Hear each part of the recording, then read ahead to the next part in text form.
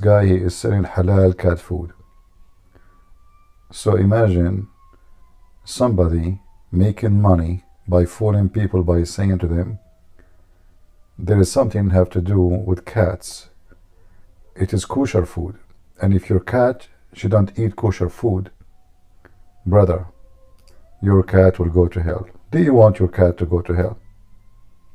Do you? Let us be honest here.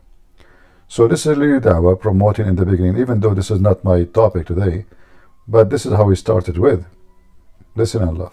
Alif. They make 100% halal raw cat food. There are countless health benefits to this new raw diet. Check them out on Instagram at alif.uk. They do monthly subscription boxes and you can get 10% discount on their 2-week trial box with my code Ali10. Check them out now and let your cat enjoy some nice food. Assalamu alaikum wa rahmatullahi wa barakatuh. Brothers and sisters and dear friends, welcome once again to my channel. Yajuj and Majuj.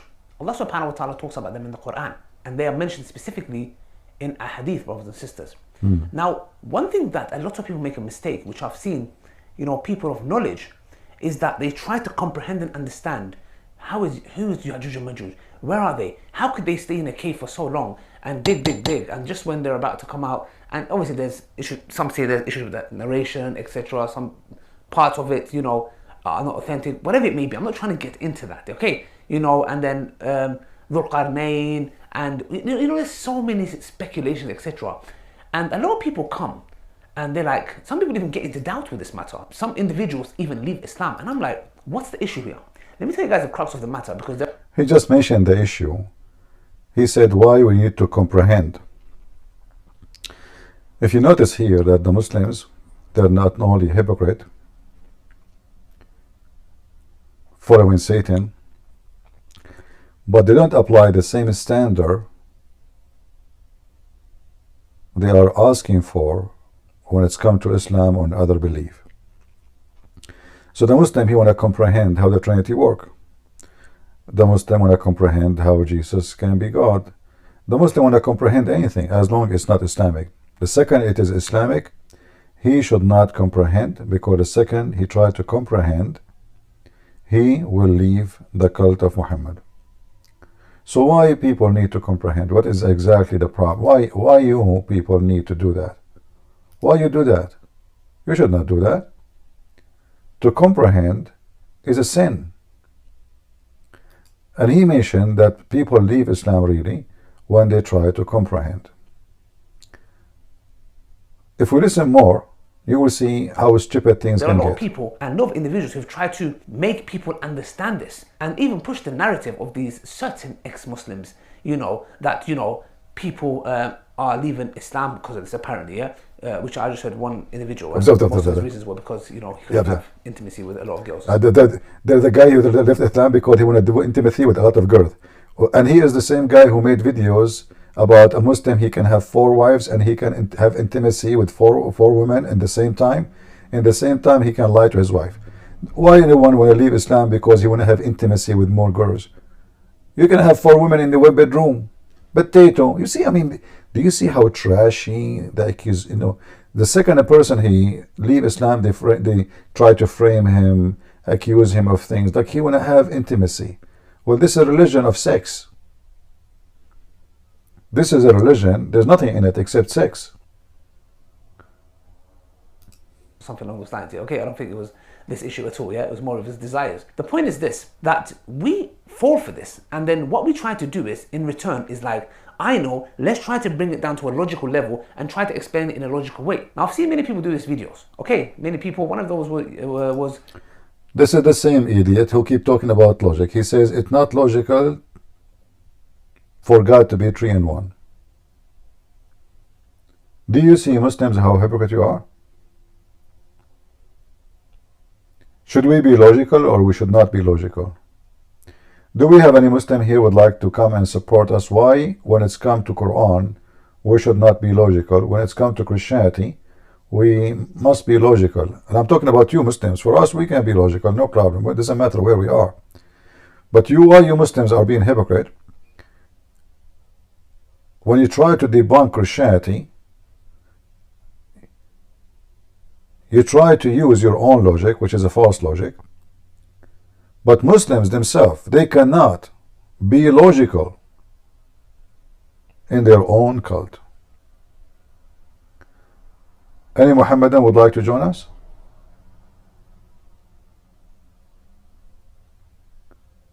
Any Muhammadan? We know this guy, he will never dare to join me. Lili Dawah. Right? Any Muhammadan dare to come to the mic? Why the Muslims avoiding logic when it's come to Gog and Magog? Is that because the story is stupid? Is it because it's so stupid to the point to involve logic with it? Any Muhammadan?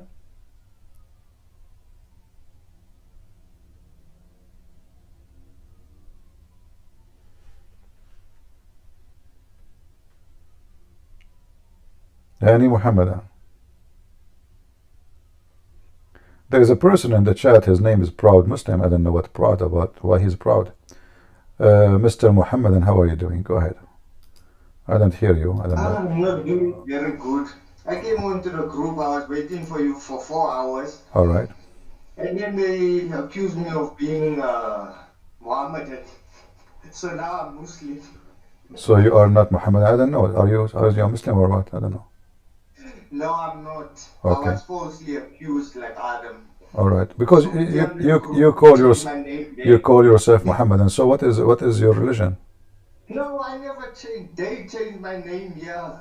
Okay. The admin changed your name. Why guys? Why you change his name? Who is the admin who changed his name? Why you do that?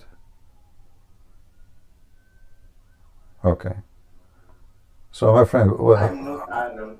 okay. So what is your religion?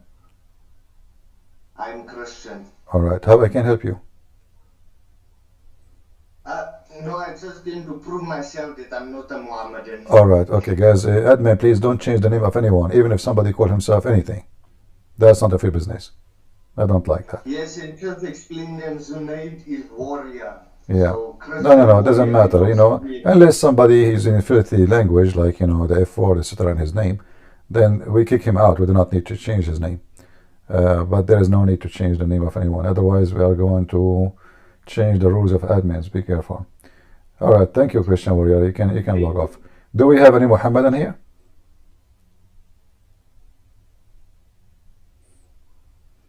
Do we have any Muhammadan? Who here agree or disagree with Lili Dawah? He said, why we have to be logical? Why you need to comprehend? Where is Gog and Magog? Gog and Magog. Those creatures are behind the gate. And all the Muslims are in the stand and period of wait. Any Muhammadan here?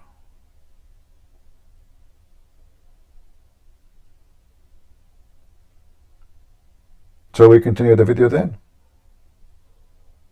Okay. Let us continue the video. This guy, he can explain it to you, and he is the guy who can debunk Christianity in 60 seconds, remember. He said God can't be inside his creation, and then he debunked Islam in less than 10 seconds. After that, he said Allah entered his creation. Okay, many people, one of those was Dr. Yasir Qadhi. The thing is now, it's Ramadan. I'm not here to talk about anybody. In Ramadan, Muslims don't attack about people, we don't. He just mentioned his name, But it's Ramadan. It's Ramadan, brother. It looks like Muslims in Ramadan, they are decent people. When Ramadan is over, they are not. Do you see how silly and stupid, how hypocrite they are when they try to show off that they are, following a religion and practice? What do you mean in Ramadan? It's Ramadan. So what is Ramadan like? It's different month. So like after Ramadan, you are going to make a scandal and gossip about people? Okay. Etc. Okay, I don't want to make anything to ruin my fast, my Ramadan, etc. All I'm just if he, his prophet used to suck the tongue of Aisha in Ramadan. He killed people, he steal, he rape, and he did not lose his fasting because he wasn't fasting. And I find it very funny when a Muslim, he says he fasts in Ramadan. In fact, they eat like a mule. I never saw a Muslim fasting in Ramadan. They eat more. They gain weight. Saying this, obviously, there's a lot of things I don't agree with Dr. Yasser Qadhi, and there's things I agree with also. So the thing is here, it's just, I don't want to get into the details and the nitty-gritty. The point I'm trying to make is, he also done a video on this matter. The point I'm trying to say, and what I don't understand is this: why do we have to understand everything in the context where, why does it always have to be logical? Hey Muslims, isn't it this is the guy, he says Trinity is not logical?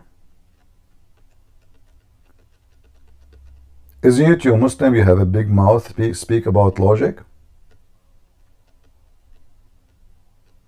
Do we have any Ustad from Indonesia?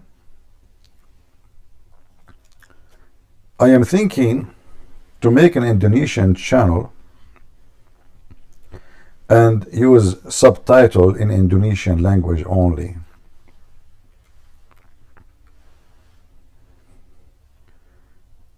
Do we have any Muhammadan? Turkish, speak Turkish is very easy. Just say Aman Rabbi Aman.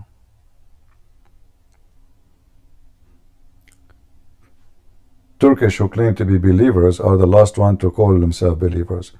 This is the land of hypocrisy, where scams, prostitution, nightclubs, everything wrong, but yet they claim to be believers.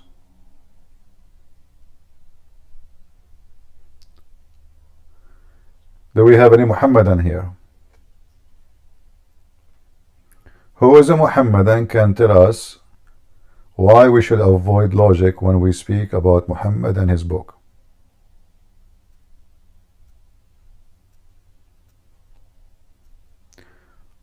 One of the things I notice in the chat, people chatting, is that, like, the drama. People who they are coming to the chat, listen carefully. We are coming here for a topic. It is Islam. Don't take anything personal. Even if somebody make fun of you, just laugh. Why you are easy to be offended, and why many of you act like children, teenage? Why you are cloning me? I clone you because I like to clone you. Shame on you. You should not clone me, okay? It's haram. Well, Allah, he clone Shaitan, he clone the angel Jibreel. Allah, he clone Isa. Everybody clone everybody these days, don't you know? But this is identity theft. I will report you to the police of Discord. Take it easy. It's just a silly, stupid chat. Do we have any Muhammadan here? Any Muhammadan here? Mayday, mayday. Who there? Anyone? Okay, any half one?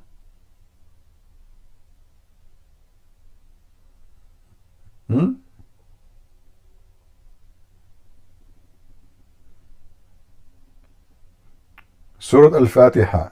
In the name of Allah. I mean, have you ever heard of a stupid religion? The God of it, he say in the name of Allah. Obviously, he have another God. Al-Fatiha was the first thing I learned about Islam. And the first question I asked myself, how stupid is this guy who made this verse? In the beginning, I thought it is just a prayer, because the Muslim, they pray it. But then I noticed the one is saying it is Allah. And he is not saying pray like this, no. It just says in the name of Allah. Any Muhammadan? If you don't like the topic of Gog and Magog, we can change it. We can talk about Magog and Gog instead of Gog and Magog. I hope this will make you happy. Honestly, if you're scared from Gog and Magog topic, forget about it. No Gog and Magog. We speak about Magog and Gog. Yeah, the Muslim, he is posting for us more. Those who believe in revelation send down to you, Muhammad. The funny is, the Muslim, they say those who believe in revelation, but Muhammad himself don't believe in the revelation. If you go to the stupid Quran, you will see Muhammad, God saying to Muhammad, if you have a doubt about what we sent to you, go and ask Christian Prince. Literally. Allah, He sent him down revelation, and yet Muhammad don't believe. When Allah, He sent him Al-Fatiha, in fact, Muhammad was doing shit, according, excuse my language, but this is what he was doing. He was doing shit, and then he heard a sound, and supposedly it was an angel, and he said to him, oh Muhammad. And Muhammad, he flee like a maniac. But if you go here, in chapter 10, verse number 94, it says, so if you, Muhammad, SAW, wide wave, are in doubt concerning that which we have revealed to you. Oh boy. And now they are adding, it says, go and ask the people of the Christians and the Jews.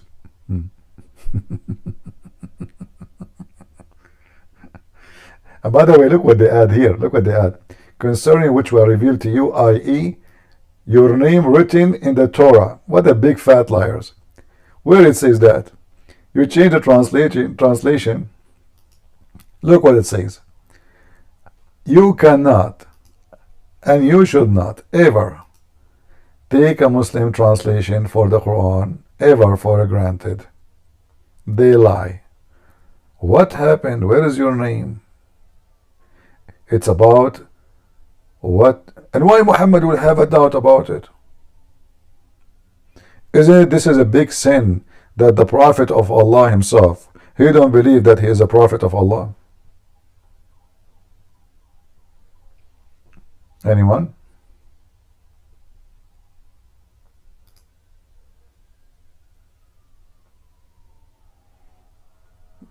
Well, Mr. Muslim Boot, if you will keep posting verses, we will block you. I mean, once, twice. You want to join us, boot, and then you can boot as much you want. Ixion, you wanna read for us Quran? Go ahead. Seriously, I will allow you to read those verses for us. Are you afraid if you read them we will laugh?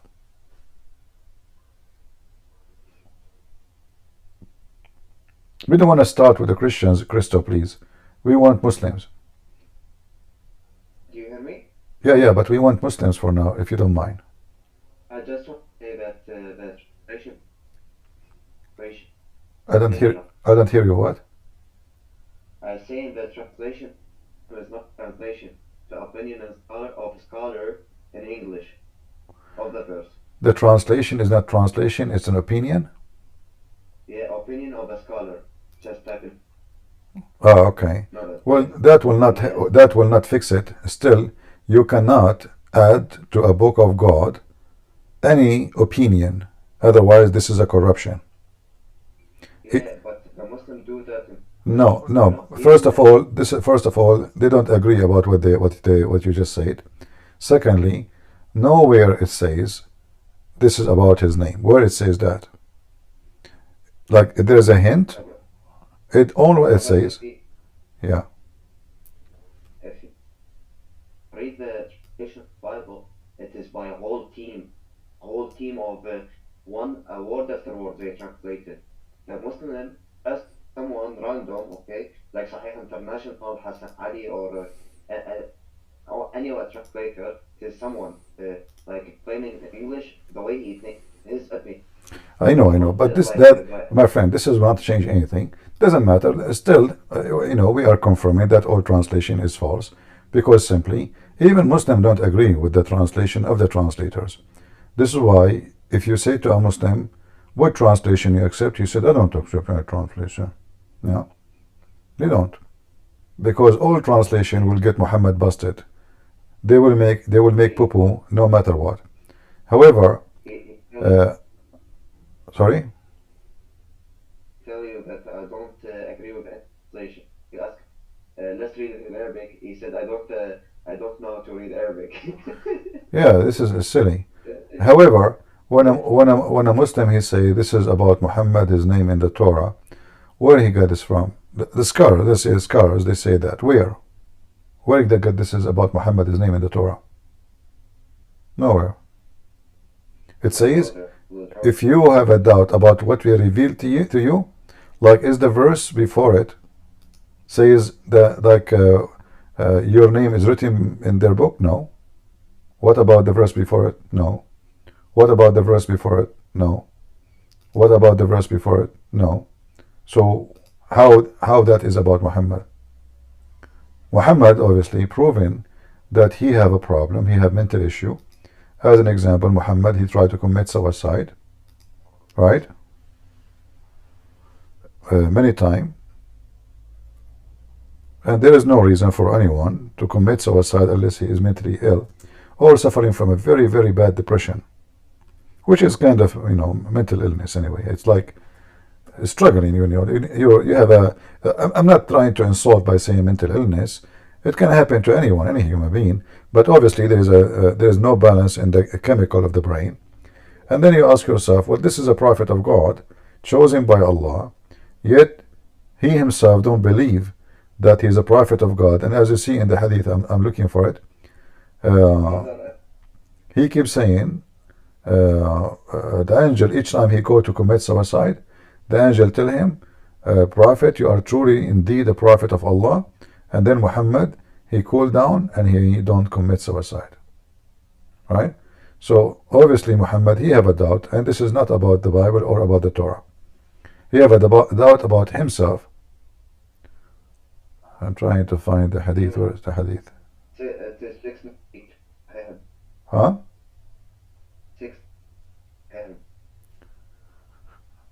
This website obviously is not good. Let me see different website. I don't know what's happened. Go to Sunnah, go to Qari book, go to deep numbers. Your voice is cutting. I don't care for numbers. I prefer to find them. It's faster and easier usually. But let us see here.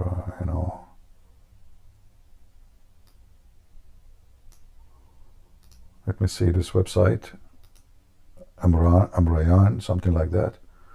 All right, here. I think this one would be better.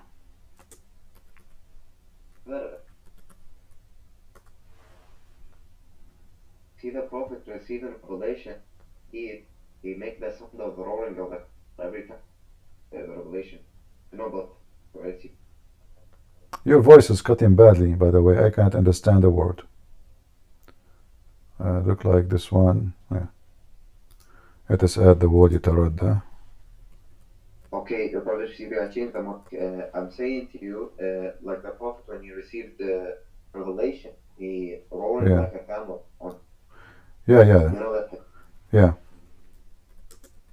I think he was having epilepsy. Obviously, you have a mental problem. What's wrong with those websites? Okay, hold on. Give me a second. I hate to look by numbers. Sorry, it's okay. Okay. I will drop it for you to get up, brother. No, still I prefer to do it in the way I do it always. Let's see here. I will drop so you get custom, brother. All right. And I think you have a bad internet because hardly I can understand what you are saying. Oh, yeah, I agree with you. CP, what? I want to remember the verse saying.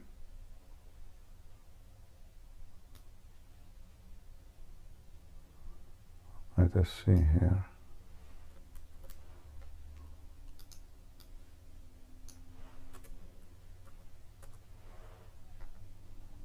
Let us hope. All right, here we go. So this is the hadith we are looking for. You will see here it says that Muhammad, when Waraq ibn Nawfal, he passed away, he climbed to the mountains and he tried to commit suicide many times. And here you ask yourself, why the Quran still stopped coming when Waraq, which I believe he is the real father of Muhammad, when he died, when he passed away. Waraq, according to the Muslim hadith here, he was a person who converted to Christianity, And obviously, he did not convert to Christianity. He converted to a Christian heretic sect. And he was writing in Arabic. Read carefully. He used to write in Arabic, the writing of the gospel, as Allah wished him to write. You see it? That is the Quran.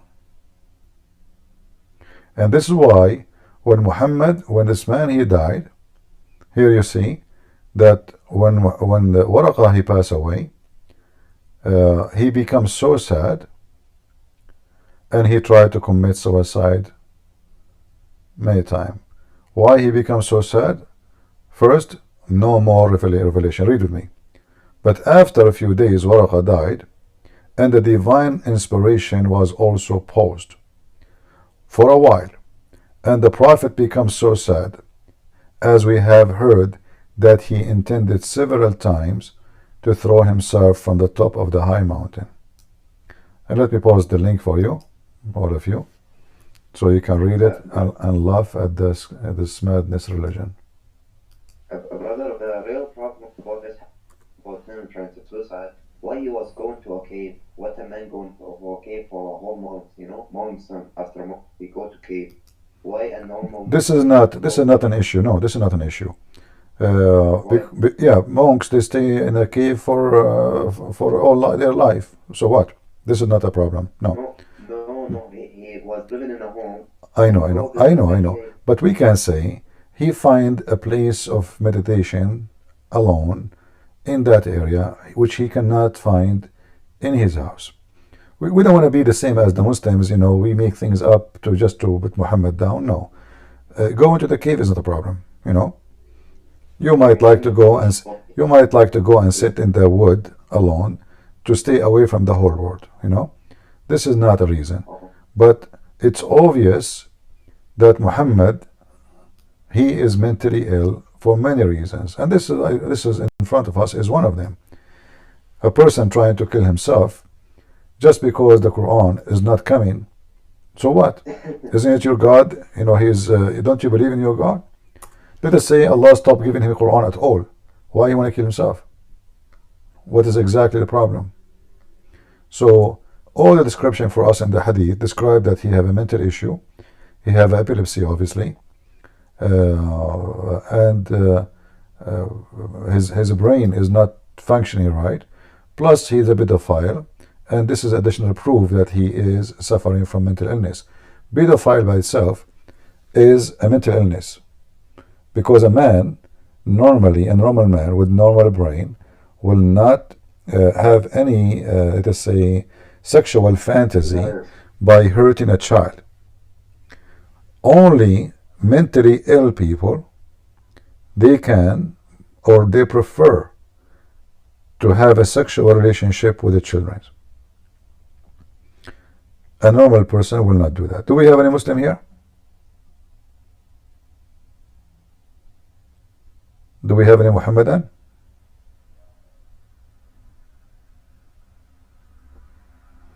No. Take a break, my friend. Christians, guys, don't join me for now. I'm keep saying who's a Muslim. I see only Christian putting their hand up. Do we have any Muslim?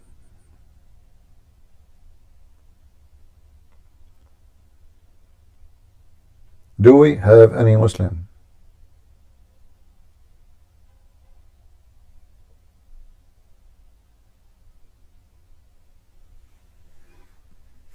No, it's not about to see you tomorrow. We want Muslims. We don't want to be what Muslims do, two Christian bashing Muhammad. We want people to hear what Muslims believe, give them the right and the chance to defend. Maybe you are wrong, maybe you are wrong. Always I like to be fair in my discussion about anything. So when I speak about Muhammad, like now you said to me, why he go to the cave? He must be mentally ill. What I said, I refuse that idea, because going to the cave is not necessarily about mental illness. People like to be alone, and if somebody trying to meditate to God, obviously being with many people, it's not easy to do it. So why not? This is not about being mentally ill. No, that's not true. Always we have to be a focus and be realistic, you know. Well, no, I believe he, you see, Christo, you can say whatever you want. You can say he worship God, not worship God. That's not our business. Our business is what he claimed. We did not sit in his pocket. We did not live with him. This guy, he claimed he worshiped God. And obviously he was a pagan before Islam. So yes, he worshipped many gods. Isn't it the hadith says he bowed down and they bowed down with him when he interceded, and he said the three daughters of Allah, their intercession is a must. So what do you mean he don't believe in God? He do. But because he's mentally ill, he reached the point to make himself God. He became God slowly. The more he find himself become important, the more he replaced his God by his persona. So he became the God, and God became a person who exists to serve him. This is why this man, like another sign of his mental illness, when he said that his God promised him in the heaven 3 women. 3 women. One of them is the wife of Pharaoh, and the second one is Mary, the mother of Jesus. Why anyone want to say such a stupid statement unless he worship himself and he think about himself as the center of the world? That is a clear sign of mental illness. Why God want to reward me? Like imagine I say to you, I'm prophet of God, and Allah promised me I will have the mother of Muhammad. What is that? Is that to insult Muhammad, or because I'm a great? Right? So obviously Muhammad is mentally ill severely, and he is very confused. Any Muhammadan?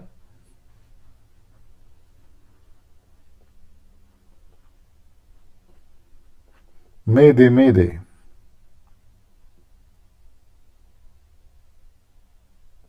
Nobody?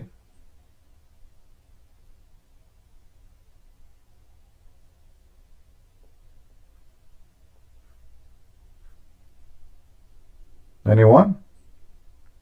Shall we go back to the video of Lili Dawah and Gog and Magog? It's more entertaining. Let's go back. Look like the Muslims are scared from any topic. Let us go back to Lili Dawah. The way he explained Gog and Magog's story is so good, man. Qadhi, and there's things I agree with also. So the thing is here, it's just I don't want to get into the details and nitty-gritty. The point I'm trying to make is he also done a video on this matter. The point I'm trying to say, and what I don't understand, is this: why do we have to understand everything in the context where, why does it always have to be logical? Why does it have to be something where we're like, oh, explain it to me logically, or you know, I'm going to start doubting things? This is exactly why Shaitan fell into disbelief. When Allah subhanahu wa ta'ala told him to do something, bow down to Adam, he couldn't comprehend logically why he had to do that when he feels like he's better than him. Here you see another stupid thing he just said. He just mentioned that when Allah told Shaitan to bow down to Adam, he could not comprehend logically why he have to do that. Well, can you answer why he have to do that? Any Muslim can tell me why Shaitan should bow down to Adam? Did you hear Dawah? So why Shaitan, he disobey Allah? Because Allah is stupid. This is what he said. Logically, is not right. He just said that.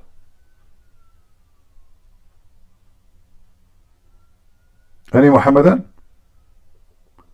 Why Allah he commands Shaitan to bow down to Adam? I want to know. Is Adam is God? You Muslim, you claim that Islam teach you not to bow down to anyone except Allah.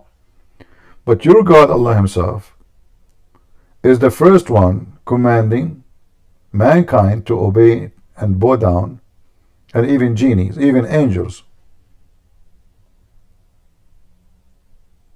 to bow down to a man. Any Muhammadan?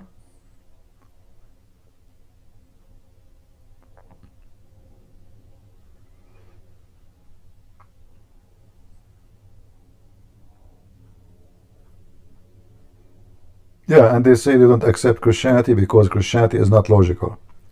But it's okay for Allah to be stupid and command, and not only that, You see, if you read the story, the angels accuse Adam of doing mischievement. Allah, He command the shaitan to bow down to Adam. You idiot, he did not do anything wrong. And not only that, the Quran says clearly that the one He commanded, it was the angels.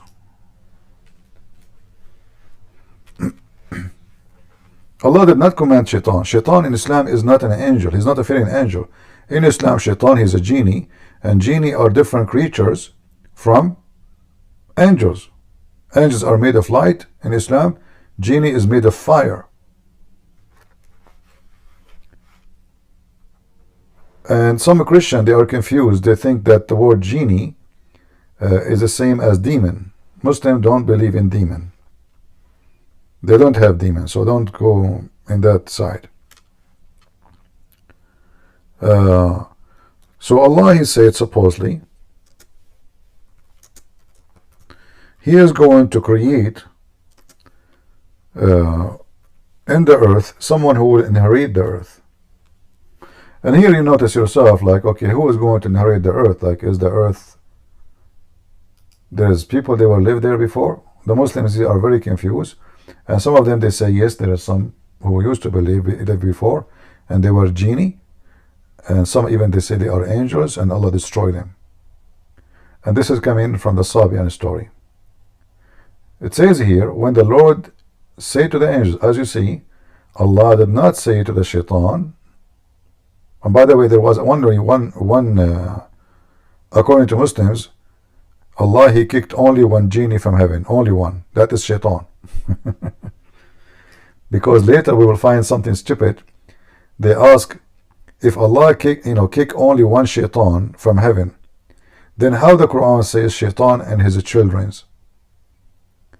When shaitan have kids, he married from who? Did Allah kick two or only one?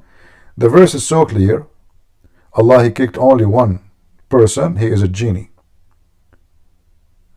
And then the Muslim, they try to fix it. They make it more blind. So they say that when shaitan was kicked out from heaven, Allah created for him a penis and a vagina in the same time. The penis is in his right thigh, and the vagina is in the left thigh. So when he want to have sex with himself, he just shake his legs, and he enter this into that. At the end of the day, he have 10 eggs. From every egg, 70 shaitan, male and female shaitan, come out. If a Muslim want to say to me, I'm lying, well, feel free to join us, and I will show you the reference. I will make you read it by your own. All right? Any Muslim? So not only it's stupid, but it's out of stupidity.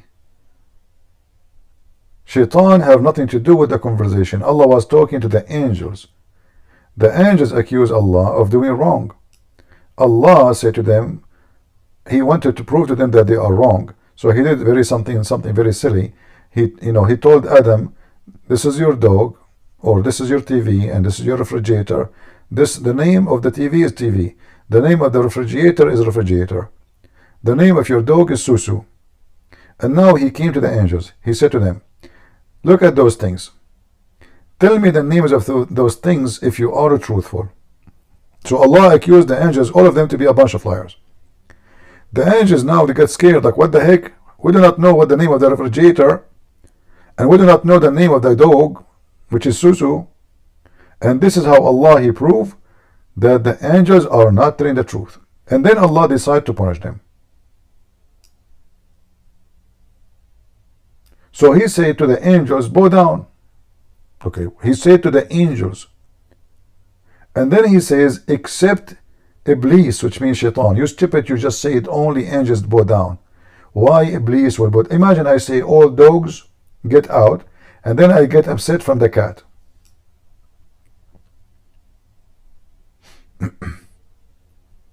Any Muhammadan?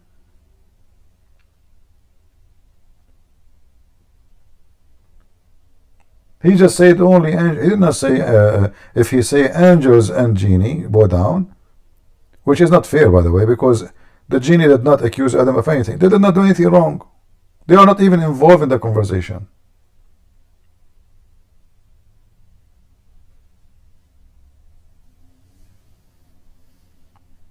Anyone?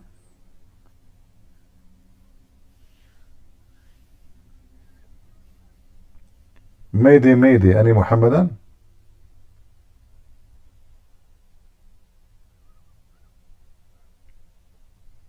Maybe I need to call the sticker in my, I got a new program.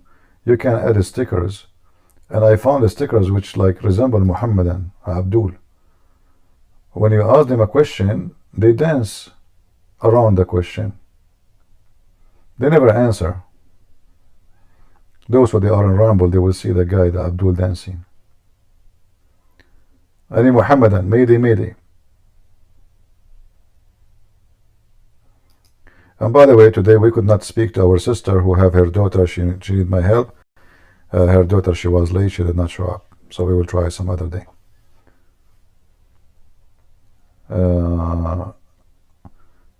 Only Muslims for now, please. No Christians.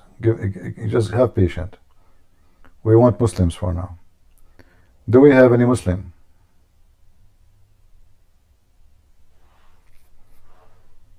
Jay, are you a Muslim?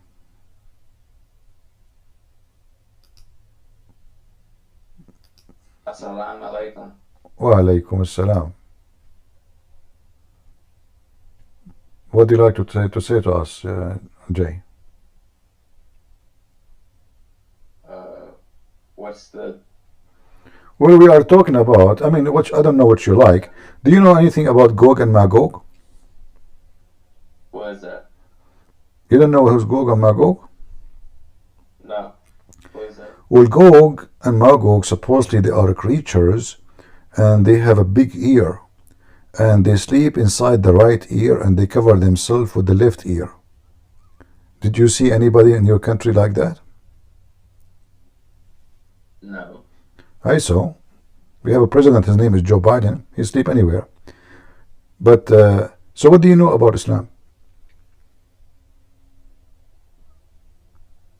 What do you know about Islam? Tell me.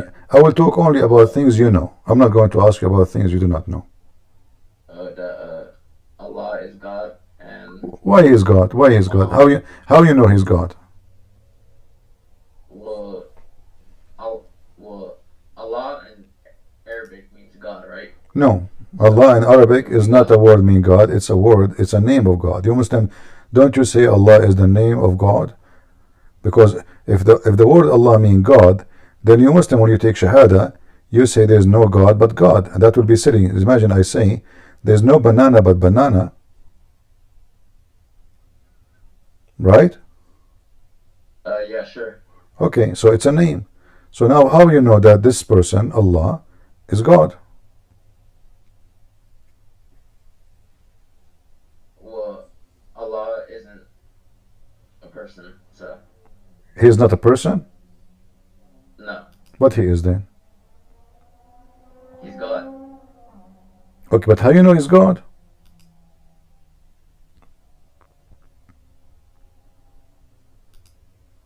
What do you mean? How you know that Allah is In God? what terms? Well, God, he can do why we call someone God? Because supposedly he's almighty. He can do what nobody can do. Can your God Allah do what nobody can do? Like Jesus, as an example, he resurrect people from death. Did Allah resurrect anybody? Not yet. Not yet. Maybe he is taking some training. Okay, Allah ended. No, he did not resurrect anybody. Did Allah, let us say, heal anybody? Like, did he make a blind see? Like Jesus? No. No. So now we have 2 to Jesus, 0 to Allah. Okay. Did Allah, let us say, make the blind see? No. Right?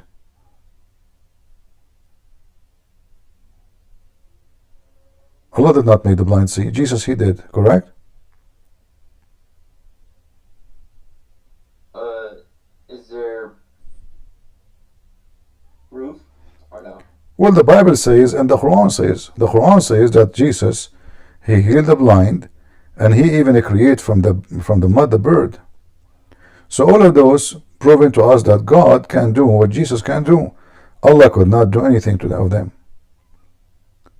So what is left for Allah to be God? Do you go to school? Do you go to school? Like, are you in? Do you have education? No. No? No. Like me then. Me and you, we are the same. I applied to teach, to be a professor in Stanford University. They told me, which is very disappointed, that I don't need to know how to write and read. Crazy people, What does have to do with being a professor? But anyway, I will apply for a different university in Afghanistan. So we go back to zero. How you know that Allah is God?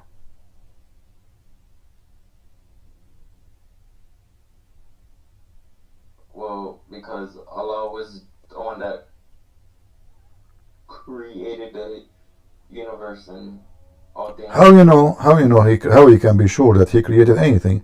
You just told me that I said to you, did Allah do this and this and this? You said no.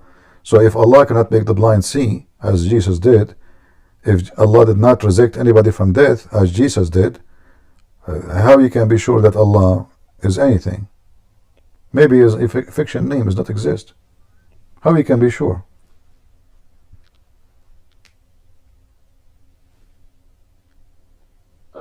Because we have the Quran. Well, the Quran is a very silly book. Okay, I will show you a story in the Quran.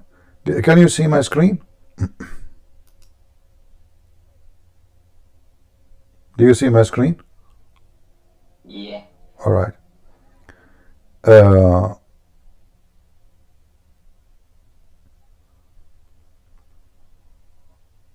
If you read with me in the screen,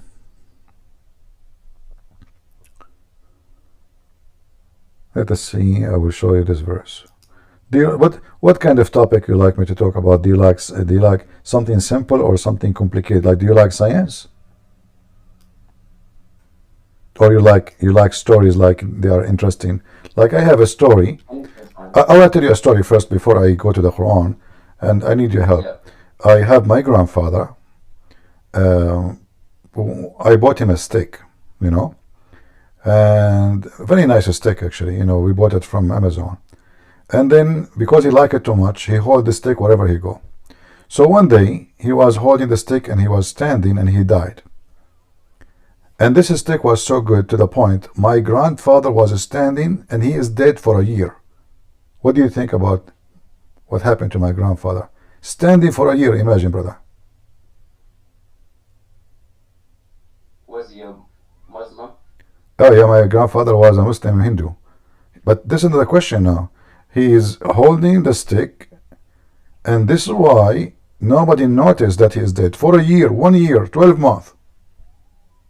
My grandma, my mom, I go, hey, grandfather, because I take like my like cash from him, and I took advantage of him actually when he was holding the stick, because now he's not moving, but I didn't know he's dead. So I put my hand in his pocket and take his credit card. I go to Amazon, I buy stuff, put it back, for a year. But what do you think about the idea that nobody noticed that he is dead and he was standing for a year?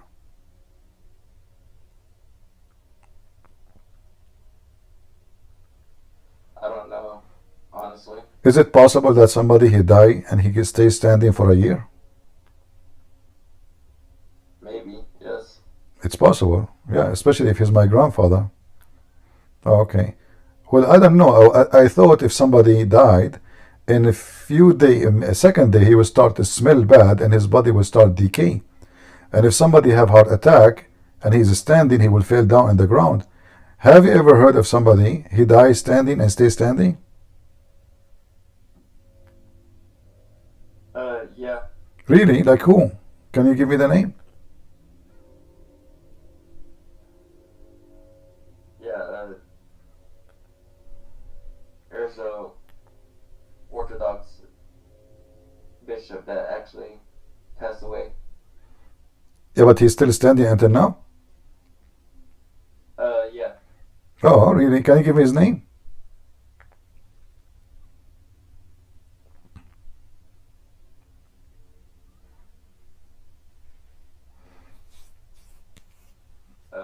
I don't remember his name though. maybe you are saying his body is still preserved, but not standing, right?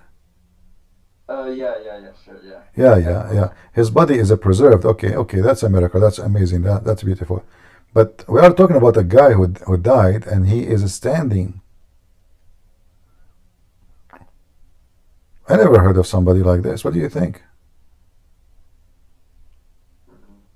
Okay. That would be crazy.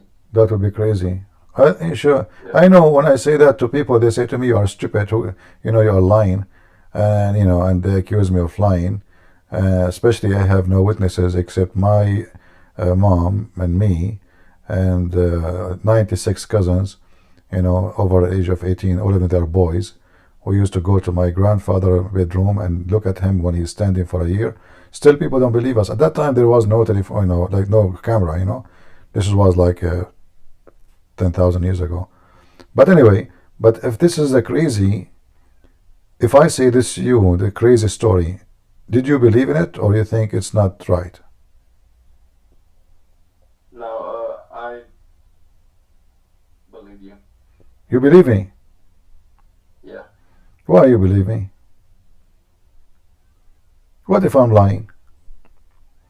Well, lying would be bad, right? Because I know, but it's true too. It's true, but it's true. There is people they lie too, correct? yeah, liars. Okay, so if somebody is lying, he's not right. So we should not believe everybody. We have to examine what people say to us. So according to your understanding and your intelligence, is it really possible that somebody dies standing? No, because it could be easily possible. It's easily possible or easy impossible? I'm not sure. What do you mean? That meaning that it could be possible. It could be possible. Yes. But what is the possibility about it? As I thought that a human being, his body will decay. In less than 24 hours, his body will start decaying. This is why they put them in the refrigerator. And in a week or so, even if they are holding you with anything, like standing up, hanging you, still your body will collapse. Your stomach will be full of gas, because whatever food you have inside, the bacteria will start consuming it, and then the body will start having like a big belly from the gas, and because now you are dead, therefore you don't even fart, so the gas stay, so the stomach will become bigger and bigger and bigger, and then the dead body will start farting and stop. I don't know if you saw a movie. There's a movie about a guy. I think it was an airplane or something, a crash in the ocean, and he took a dead body and he sat with him in the cave, because he's under stress. He needs somebody to talk to him, and even he made a coconut in the shape of a head to talk to it. Anyone remember the movie, guys? Anyone remember the movie? I don't know the name. I don't remember names of movies. So this guy, he grabbed the dead man. He put him with him in the cave, and this guy, he kept farting non-stop, right? Because he's dead and his body decay. So for how long did the body can survive? For how long the body can, and the smell, and if you leave a chicken, if you have a dead chicken on your in your kitchen for 2 days on your kitchen, what will happen to your kitchen? The chicken will go bad. And the smell will be so ugly, right? Yeah. All right. So how those people, nobody noticed that he is dead, if the smell alone should tell us that he is dead? What do you think? Because God can do Okay. miracles. Basically, that won't happen. Okay. But no, you see, God can do miracle, but I did not tell you the rest of the story. This guy, he was holding a stick in his hand, as I told you. But what happened after 1 year, the termite, you know what termite is? Yeah. The ants, ants? Those ants, filthy ants, they come to the room and they started chewing on his stick, and then it took them a year, and then he fell down, and then we noticed that he is dead. So if God is the one who's doing it, he would not allow the ants to chew the stick, right? He will give him full protection. Do you think Allah, like, he cannot protect somebody from ants? I mean, yeah, he can, of course. Yeah. He can protect, right? He can protect. Yeah. Okay, but he did not. Well, God can do anything. I know God can't do anything, but If you can't God, you see the story saying, and this is in the Quran, by the way, your God, he made Solomon die, and he don't want people to know that he's dead. So why he caused him to die? If you don't want anyone to know, leave him alive for a year more. What this drama is about, and how this guy is married, and he is a king, and nobody noticed that this guy don't talk. Nobody noticed that this guy, his eyes don't blink. Imagine we have, like, in the White House now, Joe Biden. Joe Biden, he is more fit more for the story. The guy don't talk anyway. If he talk, nobody understands what he's saying. But this guy is a king, and he have a massive army, and yet nobody noticed from all his ministers, his wives, his army commands. Nobody noticed that he's dead. So what if I am standing? Let us say I'm standing, not moving. How come nobody knows, nobody notice that I am obviously dead? I am not eating, I'm not going to the bathroom, I'm not going to sleep. I am standing in my place for a year. What do you think? That sounds dumb. Sound dumb, right? Yeah. Yeah, I agree with you. Sound very dumb. But this is what the Quran is saying, my friend. This is in the Quran, chapter 34, verse number 14, as you see in the front of you. The ants, they ate the staff of Sulaiman, and when they ate it, he fell down. So you told me, I asked you why Allah is God. You said to me He is a creator. Well, yeah, He create fiction stories. This is fiction story. Actually, this is not even His story. This is a story the Jews, they tell to their kids before bedtime to sleep. And you said yourself, you agree that this is dumb. So do you agree with me that Allah is a dumb Allah? No. But you just said this is dumb. You just said, everybody heard you. My friend, everybody heard you. You said this is dumb. If I say what you said is dumb, obviously I'm saying to you, you are dumb. And the one who said this is Allah. So it is you who just said Allah is dumb.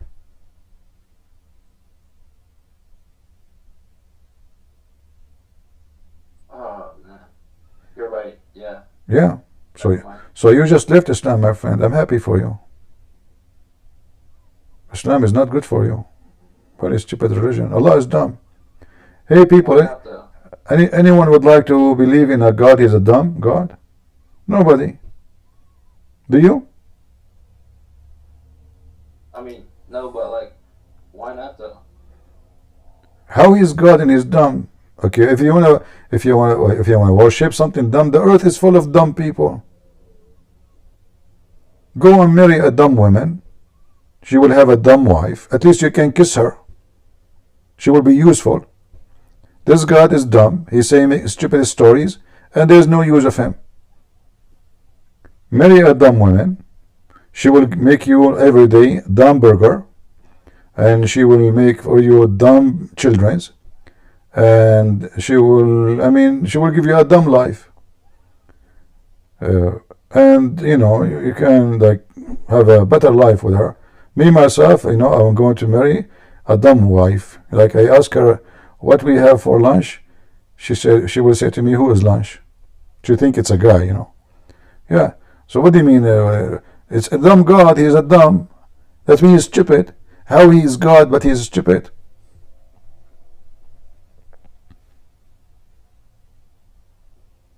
I don't know. So if I left Islam, so what am I supposed to do now? Well, if you leave Islam, then I will help you if you like me to help you. I know for me, I am a person who believes in the Messiah. I believe he is the wise Lord, and I believe that all the wisdom we have, including any wisdom I have, me myself, if I have it, it's a gift to me from the Lord. So if you like, we can explain to you about the Messiah. If you like to accept him, I will be happy to help you. Yeah, you can. All right. What do you like to know about the Messiah? What do you know about the Messiah before we? So did you decide to leave Islam? Yeah. All right. That's wonderful. I'm happy for you that you are out of Islam. But what do you know about the Messiah then? That basically he basically came down and he was preaching the good news, and then the Jews were, the Jews didn't believe that Jesus was the Messiah, and then they wanted to Okay. kill him, and so then the Jews handed him over to the Romans, and the Romans, crucified him, I guess. Okay. But what was the good news Jesus he wanted to preach? The kingdom of God is near. That's it? Isn't it about him? He is the Savior? Yeah, and yes, yeah, Yeah. of course. So do you like to be saved? Yeah, of course. Well, if the Messiah is the Savior, then, and you like to be saved, then you have to accept the Messiah as your Lord. And his name is Christ. Christ is not a name of a person. Christ is a title. Is a title, and this title only one person in the whole universe has, the Savior. So no one else can save you. No one else can save me. As you see, Allah is dumb, Muhammad is silly, Quran is a stupid book. So we have only one hope, that is the Messiah. And you will notice that the Messiah, if you remember when we start talking, me and you, we mentioned that the Messiah is the Creator. He resurrects people from death. He made the blind see, not by giving him medicine. He have a command over illness. He created eyes for him. He made the one who cannot walk. He can tell you the future. He can forgive your sin. So if this is the Messiah, then who is God? It must be the Messiah then, because there's nothing left for him he cannot do. Even in the day of judgment, this is why he is the Savior, he will be the judge in the day of judgment. So do you like to accept the Messiah as your Lord and your Savior, my friend?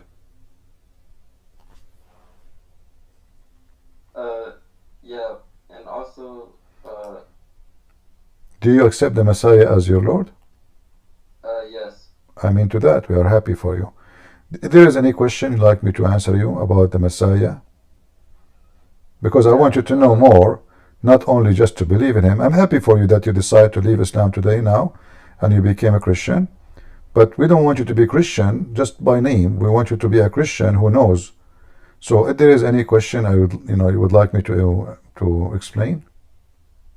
Yeah, there's a John verse, if you can. Okay, give it to me, no problem. John what?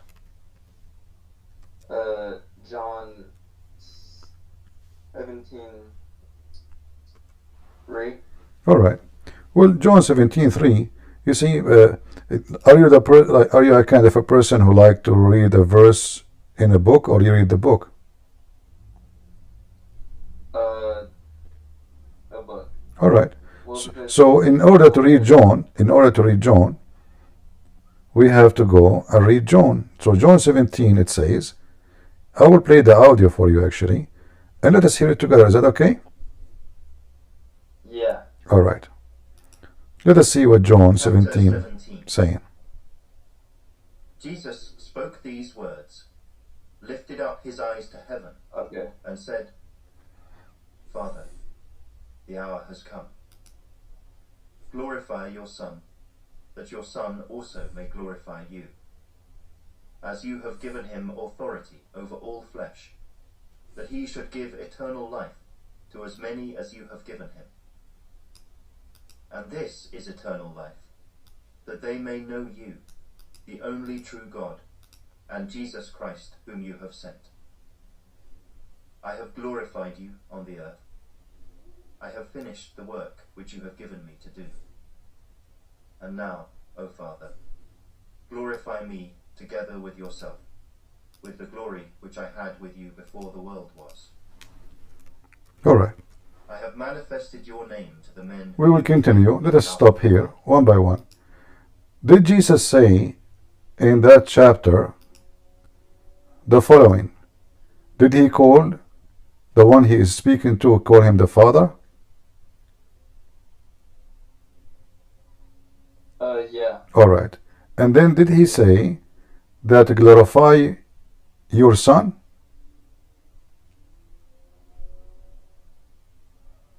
The Messiah said, okay. So the Messiah here confirmed that he is the Son of God. And then he continues saying that your Son also may glorify you. So the Father glorified the Son glorified the Father, because we believe in the Trinity. So this Jesus is not a God the Father want to glorify me. I'm nobody. Who is a Christian prince? Nobody. But because the Messiah is divine, the Trinity is God the Father, God the Son, God the Holy Spirit. So the Father glorified the Son, and the Son glorified the Father. And let us see what he says more. You have given him the authority over the flesh. Who is the one who have the power over mankind in the day of judgment? God or prophets? God. That is Jesus. He just said he is the one who has the power over the flesh. And then he said, should give eternal life to as many as you have given him. So Jesus is the one who give the eternal life. And this is the eternal life, that they may know you, that the only true God, and Jesus Christ whom you have sent. Jesus Christ is who? Is the Son, correct? He already says that, confirm it, right? Yeah. And then he says, I have glorified you on the earth. I have finished the work which you have given me to do. And now, Father, glorify me together with yourself, with the glory which I had with you before the world was. Do you see? Jesus just said he is exist with the Father before the whole world is exist. Yeah. Okay, so the Muslim, they quote this verse always to say Jesus, he said there is only one true God. But Jesus in the same verse, he confirmed that he is the Son. He confirmed that the Father glorified him. He confirmed that he was sent by the Father and have authority over eternal life. He confirmed that he was exist before the world is exist. That means Jesus is eternal, correct? Yes. And only God is such a person. So before the whole universe is created, the Messiah is exist, which means the Messiah himself is not created. We agree? Okay. Yeah, makes sense. Okay. So the Messiah, obviously, in the same verse, which the Muslims, they keep using it over and over, and they are very selective. They go right away to verse number 3, but they don't want to read verse number 1 and 2 and 3 and 4, because simply is going to prove them to be liars. And that's why they want to read only one verse. Okay. If we give the Muslims a verse, what the Muslim they do? You say, we are taking it out of context. Why you don't read the verse before it and the verse after it? When it's come to the Bible, they don't want you to read the verse before it and the verse after it. Yeah, so I also have one more verse, if you can. Go ahead.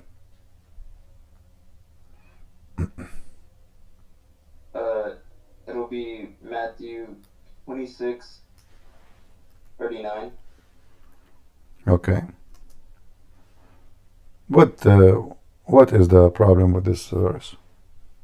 Do you have a problem with it? Yeah, so basically it tells you that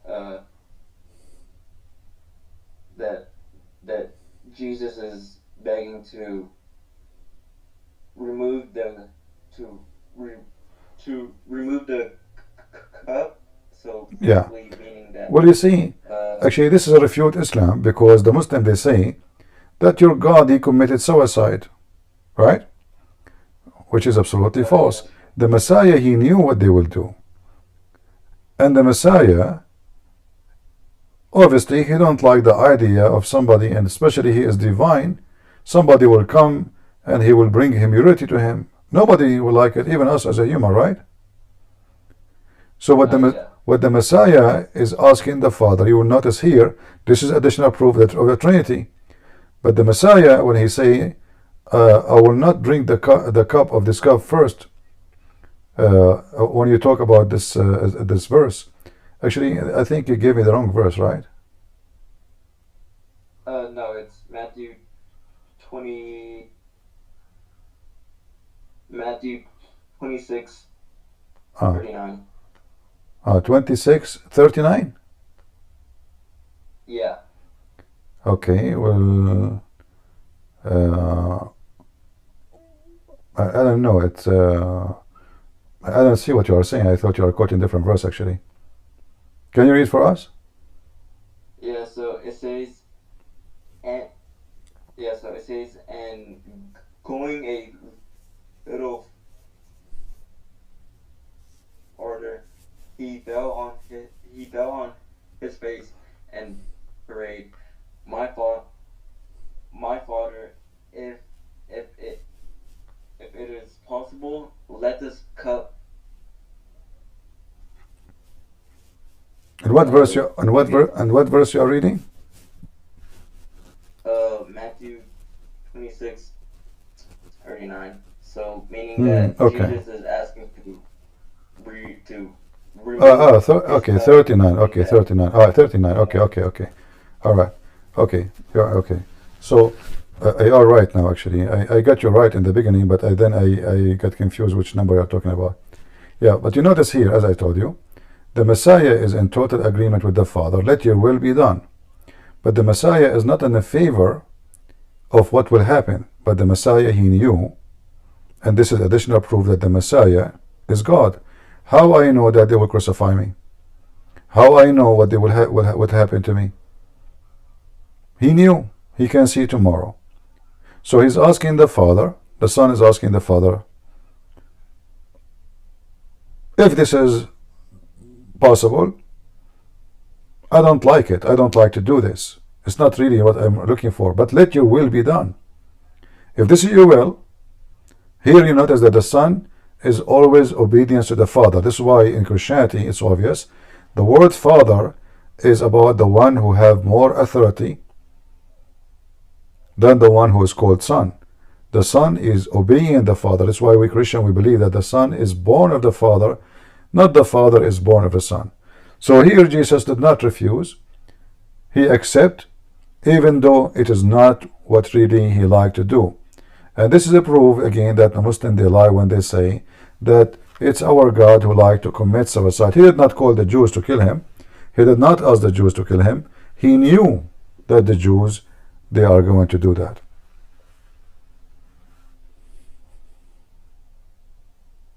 Okay, yeah, it makes sense. And not only that, here you notice something very important.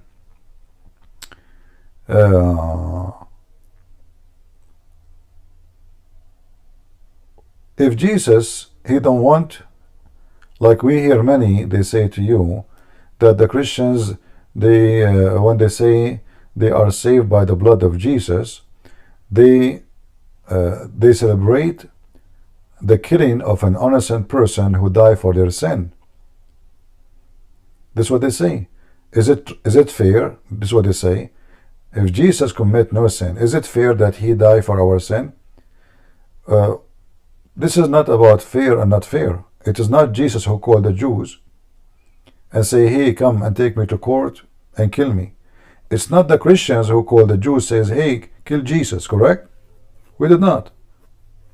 And Jesus himself, as you see, he is not in favor of it. But the future will not be changed. And let it be happened. Let your will be done. So the Jews, they plot against him.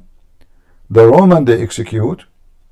The Messiah came back from the tomb and he was victorious. So what the problem? The problem is that you go to the cross, you will go through humility. People will assault you. People will maybe spit at you. People will call your names. All of those ugly stuff. Yet Jesus, he said, let your will be done. So the Messiah is always totally obedient to the Father, and the Messiah always in agreement with the Father. And you will notice the Messiah even later, he told his disciple when they will give him up, when they will deny him. He said to the first one, you will say this. He said to the second one, you will say that.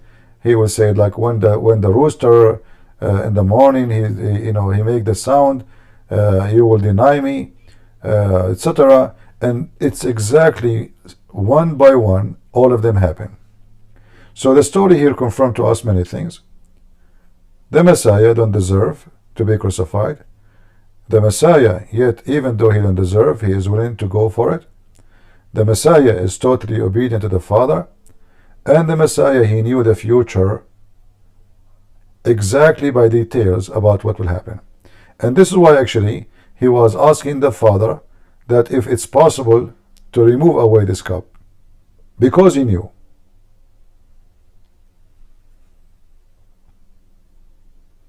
Okay, yeah, now everything makes more sense now. And plus here, if you go just a few verses before,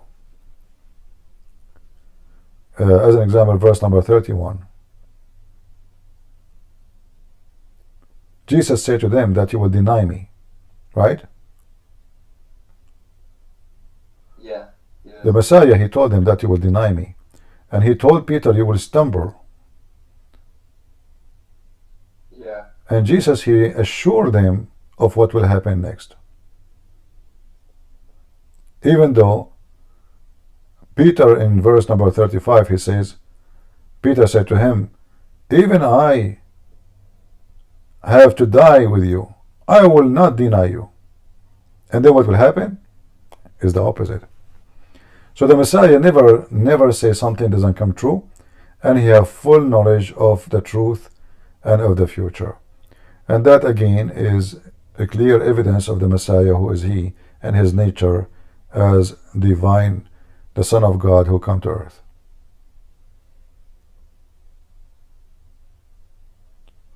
Anything else? Okay. No, at all. Do you like to pray with me now to the Messiah, so he might accept your promise to him to be a devoted Christian? Yeah. Our Father, out of heaven, our Lord, our Savior, Almighty God, we pray that our brother here today who accepted you, he promised to devote himself to be a man of God who love you, cherish you, obey you, and he will not go astray. Our Father, we pray that you will guide him and you will keep him safe from every misleading spirit, like Allah and Muhammad, and all demon, who they will be angry against him, for he refused them from now on. Today, he want to say to you that he want to be born again. So please, Father, accept him to be a child of God in your kingdom. I pray in the name of the Father, the Son, the Holy Spirit, to our brother here, to have salvation promised forever. Amen. Amen. If you want to say anything, if you want to make a prayer, it's up to you. No, it's fine. I'm gonna head out now. All right. Wasting your time. No, I'm not wasting my time, my friend. I'm here to help people. That's what I do. Thank you very much for coming. God bless you. See ya. All right. You too. Do we have any Muslim?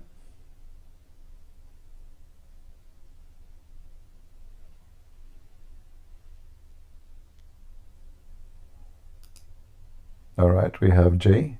Jay. Hello. Yes, Jay. Are you a Muslim? Yes, my brother. Huh? Yes. Okay, what do you want to say to us? Did you... I would like to speak about today the topic of Mark. About Gog and Magog, you mean? Yeah, Mark 13:32. Oh, you want to talk about Mark? Yes. You don't want to talk about Islam? No, I just want to talk about Mark 13:32 right now. Can I try to Okay, understand? but what about we go a little bit, because our topic, if you see, is about Islam. You know, for me, I would love to talk about the Bible, as many verses you want, but Yes. you have to leave Islam first.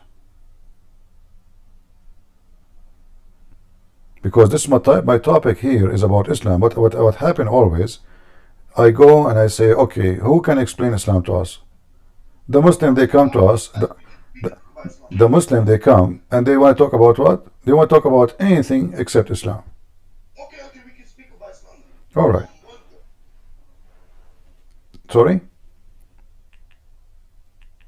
Jesus is God. What?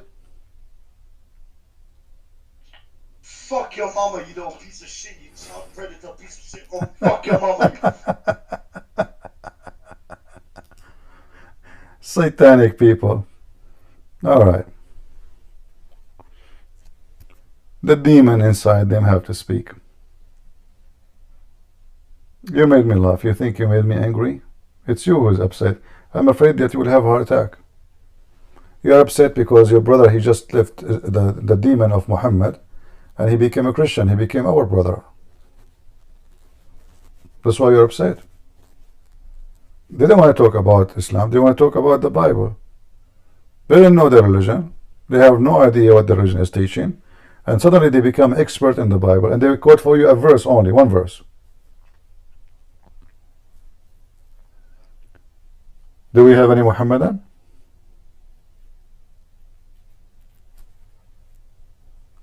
Anyone?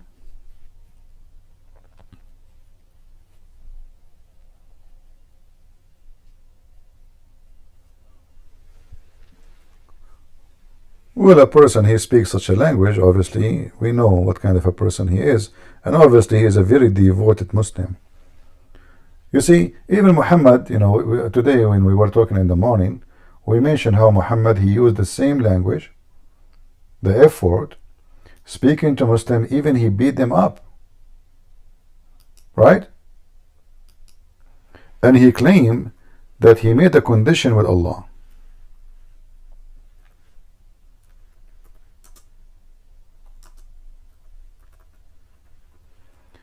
He made a condition that anyone he beat him or he curse him or he say the F word to him, may Allah make it a blessing for him and kind of a purity and sanctifying him. How in the world that can be from God? Read carefully. Chapter whomsoever is cursed or prayed against by the Prophet when he does not deserve that. So this is very normal in the Islamic demonic garbage so-called Islam religion. Why a prophet of God? He will curse people. He will beat people. He will insult people. Even he whipped their back, as you see here. Very harmful, violent, against people who did nothing to him. As you see, it says they don't deserve. They don't deserve it. So why you do it?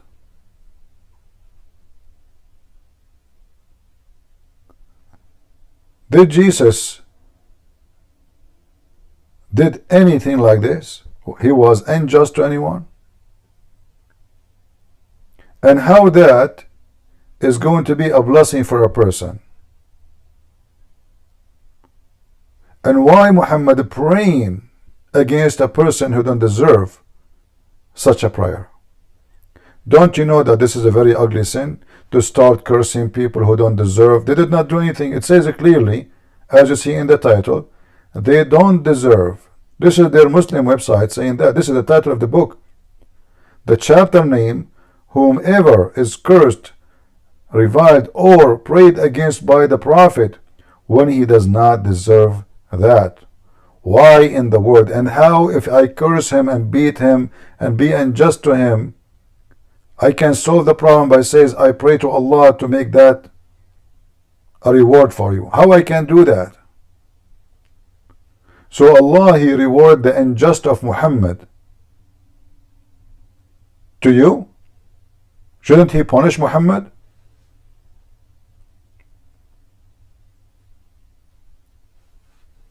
Any Muhammadan?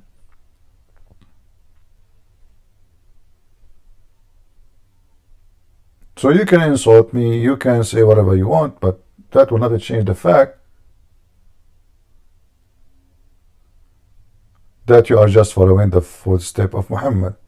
You see, if Muhammad doing what he is doing and he to somebody deserve it, I would say, okay, the guy deserve it. But it says it clearly. You know, if somebody beat people and they don't deserve it, what people they will say? Hey Muslim, if somebody go in the street and he start beating people who don't deserve to be beaten, what we will say about such a person? What a description can be given to such a man? You tell me. Criminal, gang, filthy. A person who go in the street, start cursing everybody, insulting, and do physical harm. What is the description for such a person?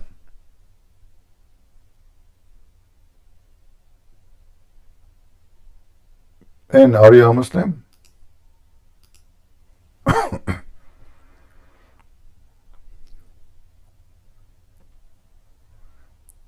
If you are a Muslim, put your hand up. Go ahead then. Are you a Muslim? Do you hear me? Yeah, I hear you now. Are you a Muslim? No, not a Muslim. I just want to. I'm an ex-Muslim, actually. Oh, okay. I just tell you how I became ex-Muslim. All right. How I became Christian, actually. Okay. So, did you know about the subject about the Mahdi, all that? The Mahdi and the Sure. Al-Mahdi, when he fell down in his butt, he don't even fart. I know the Mahdi. We used to go to school together. No, talking about the Mahdi that is coming, all that. The Mahdi is coming, but I'm talking about his Mahdi when he was born. You know, according to Muslims, especially Shia, Al-Mahdi, he don't fart, he don't do poo-poo, and he was born from his mother thigh, and when he fell down in his ass, he say Allahu Akbar. What a cute boy. And you know, because they worship such a name, you know, they claim that his mother, they don't even know the mother name, so they claim that this woman Nargis, or whatever the name they give her, that because every different story, she did not give birth to him from her vagina. She don't even have a vagina, brother. She gave birth to him from her thigh. because there's no way the Mahdi will be born from a vagina. Are you kidding me? By the way, my mother, she told me, I think this is true. She gave birth to me from under her arm. You know? Go ahead, brother. Sorry, the mic is yours. It's very, very beautiful. So actually, how I like the reason, the number one reason I left Islam was because of this story about the Mahdi, the return of the Mahdi and Isa. All right. Actually, in the Bible it talks about the beast coming out of the sea and the beast coming out of the earth. The two beasts. And the first beast. If you can, I don't want to talk too much about it, but just a wrap up.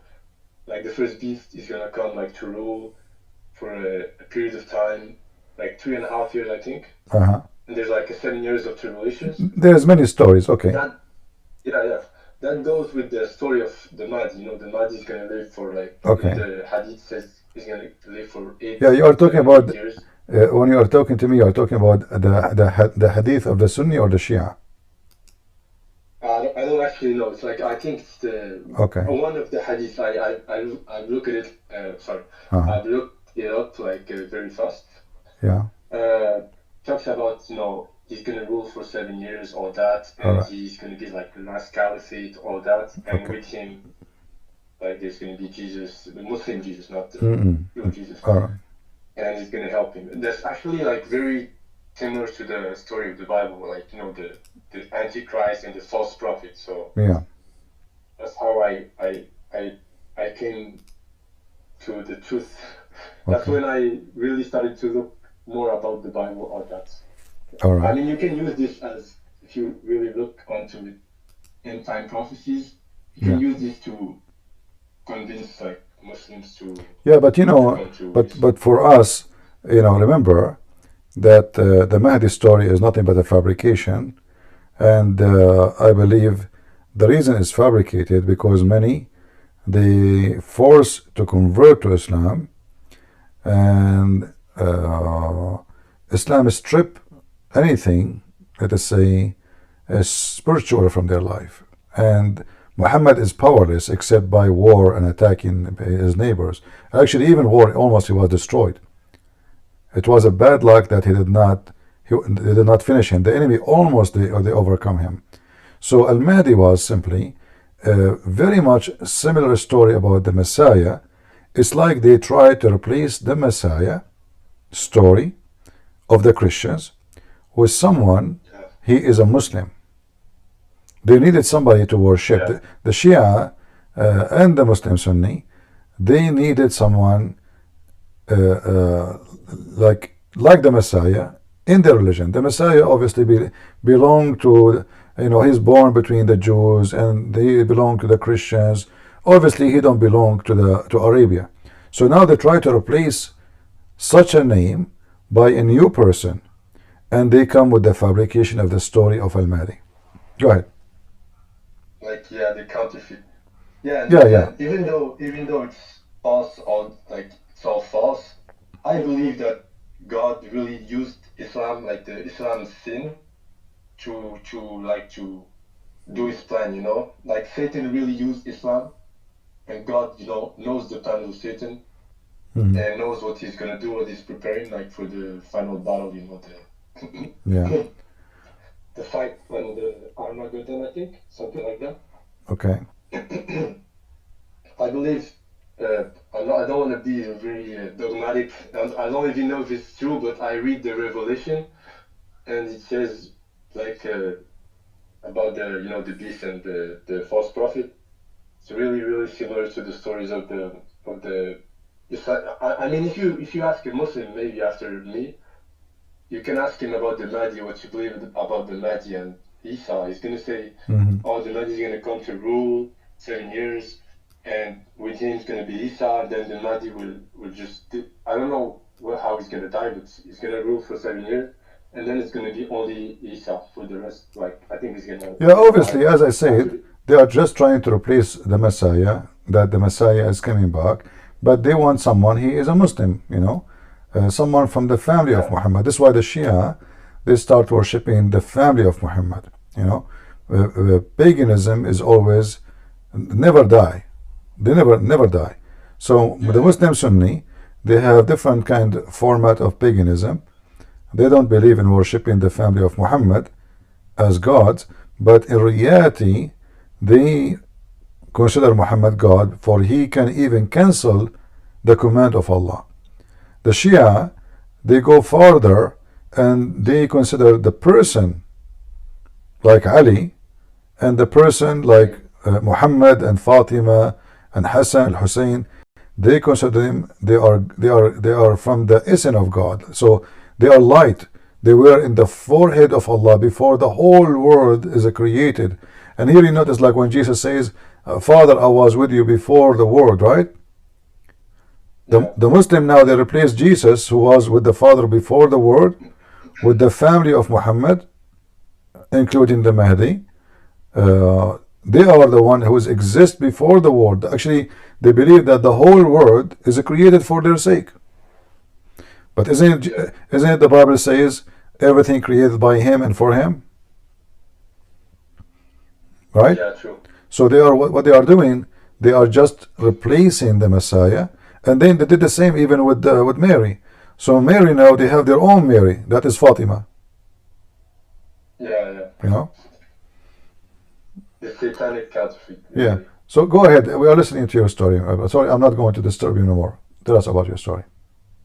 No, actually, it was only that. Just want to say that like you can use that as an example for the revelation that the first beast is actually really similar to the story about the Mahdi, all that, and as you said, even Jesus, I think in the Bible, he says, I don't remember the verse. He says, one day they will preach another Jesus to you, and that's literally like exactly prophecy fulfilled. Exactly. Muslims are preaching another Jesus. Right. So, Muhammad, actually, the whole idea of Muhammad, he says, I am the Al-Mahi, which means he is the eraser. He want to erase Jesus. You know? Yeah, this is his dream, to erase Christianity. They ask him to erase what? He says to erase Christianity. You know, as simple as that. There's no, He didn't know he's really doing it wrong. No, he knew. Yeah, they didn't know it themselves. Yeah, but he knew he's evil. You know, obviously he's an evil man. Yeah, he's an evil man. Yeah, but for me, when I debate Muslims, I always prefer to, let us say, talk about what they believe, not to use the Bible unless I have to, because I notice that using the Bible with the Muhammadan is sometime is kind of a waste of time, especially if he is not going to listen. A person who don't listen, the Bible says, don't throw the jewel of God under the feet of a swine. He will act like a pig. He will start insulting.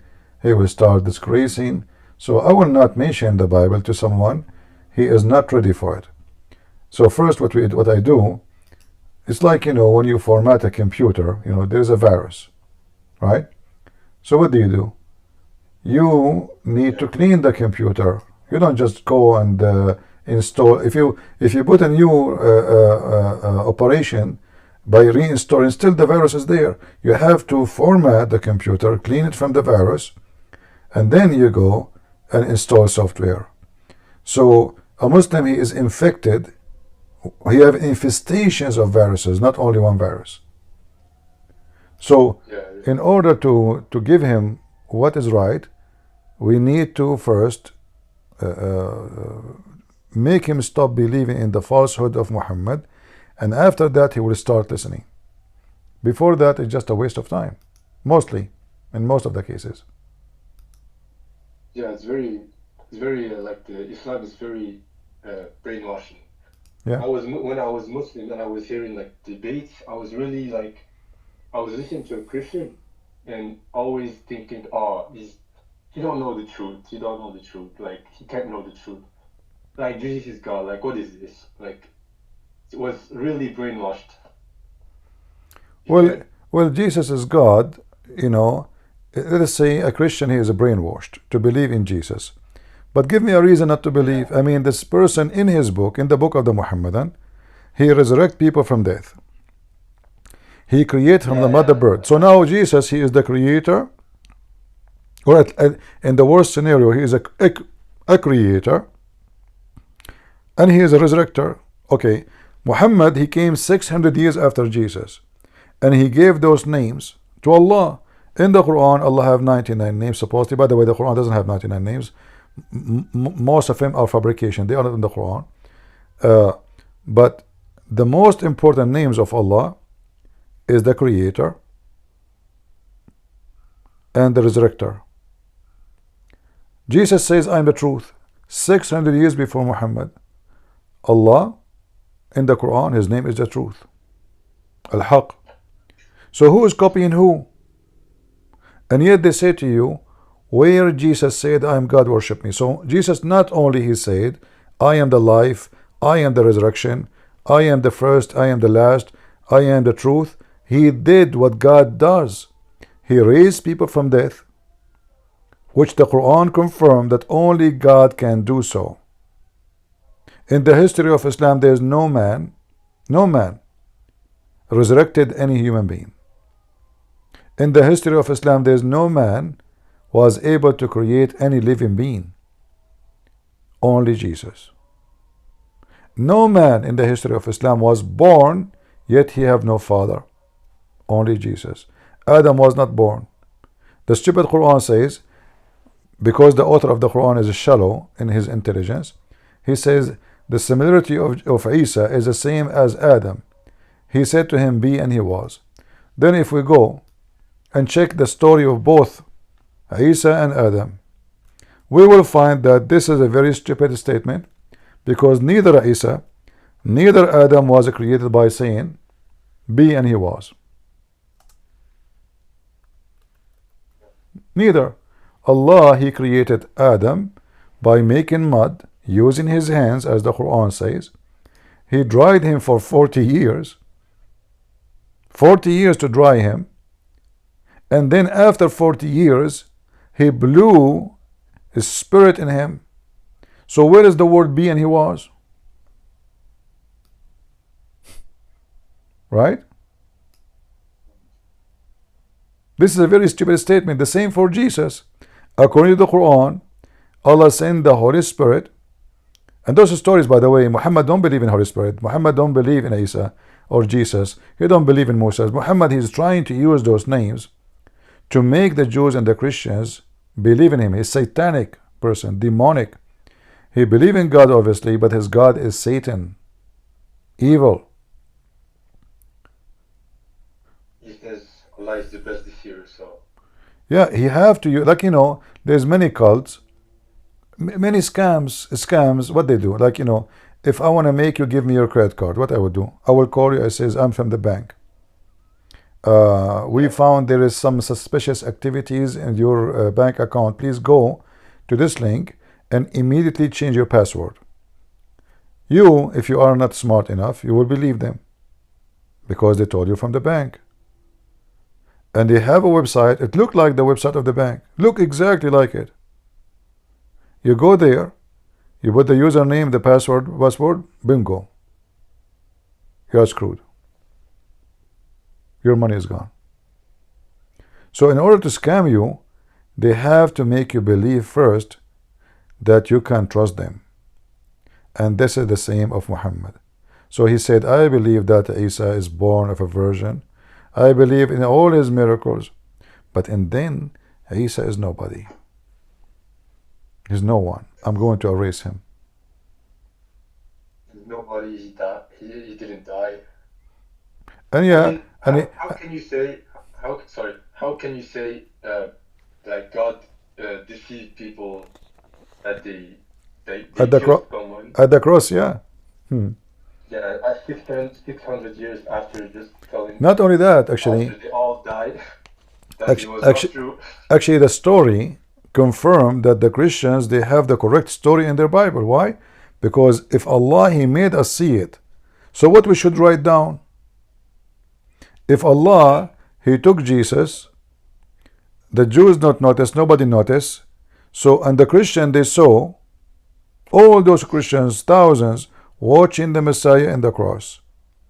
So what the Messiah, what the Christian will believe? They will believe that Messiah was crucified. So if the Quran is saying Allah, He made it appear, I mean, who is the stupid here? Shouldn't we say what we saw? If we saw the Messiah crucified, well, the decency is to say what you saw. Like if you go in the court as a witness, do you witness to something wrong or what you saw? You witness for what I saw. They ask you what you saw, You say, I saw this guy killing this guy. Okay, this is what he saw. All right, look like we have another Muslim. Thank you, my friend, for calling us, and we are happy for you that you left Islam. God bless you. Thank you so much. All right. Go ahead, Mr. Hafiz. Oh, Hafiz. Do you have a microphone, Hafiz? Yes, I have a microphone. Go ahead. What do you want to say to us? I want to ask, does Jesus know the hour? Do Allah know the hour?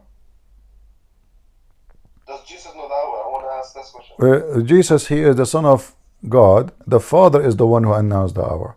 Do Allah know the hour? I answer you. Jesus said, only my Father, my friend, the verse is so clear. Only the Father, not even the Son. So if this is an excuse for you to believe that Jesus is not God, the rest of the verse says that when those signs, this and this and this and this happen, I will come and I will be the judge of all mankind. And who is going to be the judge for mankind? Is Jesus, which is God. Now I'm asking you the same question. Do Allah knew the hour? But if Jesus is God, Jesus should know the hour. Exactly. If Jesus is God, He should know the hour. This is your logic.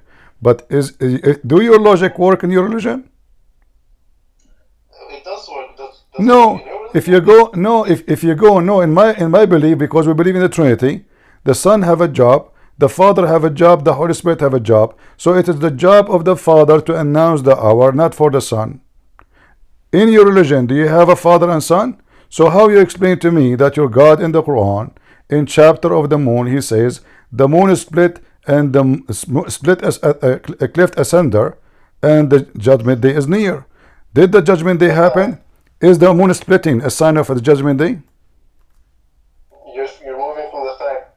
No, I'm not. I answered you. I answered you. Can you answer me how Allah do not know? How Allah He claimed falsely that the moon is split, which is false, and this is a sign of the day the judgment day started, which is false, and we are 1400 years after that, and yet the announcement of Allah it turned to be nothing but false. The verse in the front, if you read it. Yeah, but how can you prove that it's false? Because the moon because the moon, according to you Muslims, the moon when it's split became two part, and to the point it's far from each other, to the point the Mount of Hara appear between them. So now we have the moon, one in the east and one in the left. We have two moons, two pieces. Is the moon until now like that? But if God can do it, God Almighty. No problem. Guys, God can do it. I agree. God can do anything, but not your God. Is the moon now? Your God in the Quran, He said He split the moon. Did your God in the Quran says I put the moon together or I split the moon? Let's go back to the question of the last hour. I answered you. I answered you. You see? Let me repeat again. God the Son have a job. Jesus says, I, God, my Father, speaking to the Father, He says, I did the work, and you have a work to do, and I work and you work too.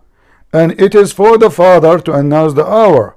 For the Son, this is not His job. For the Son is to be the judge in the judgment day. And even your prophet, he says, the Messiah will come down as a ruler and absolute just. So He is a just judge for all mankind before the day of judgment. Now we go back to the Quran. Allah, He split the moon. Did Allah glue the moon again?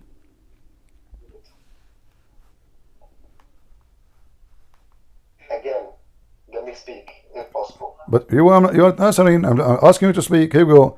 Did Allah split the moon? Did Allah glue the moon again? You're explaining that the only God knows the hour, right? But your God do not know the hour. In my case, we have a Trinity. In my case, we don't believe that Jesus is the same person as the Father. So I just told you, the Father have a job to do to announce the hour. The Son have the job to do to judge the hour. In your case as a Muslim, do you Muslim have Allah as a son and he have a father, and this is why he do not know? Why do you say Jesus is God then? Well, he's God because he is a son of God. And as you see in the Quran, it says that Jesus, he can tell you what you hide in your houses, so he knew the future. In the Quran, in your Quran. Is that correct? Is it true that in the Quran? Nigger, fuck him up, you fucking nigger.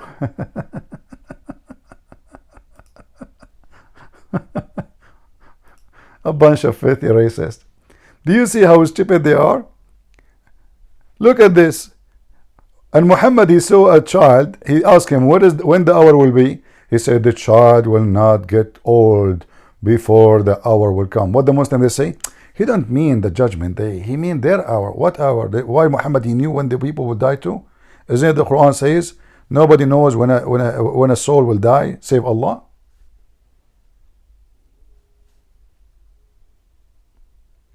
Allah, he split the moon. Well, this is a fallacy. We do not need to be genius to know that this is absolutely false. The moon did not split. It's there. And Allah, he said he split the moon. He did not say he put it back together. Did he? Any Muhammadan?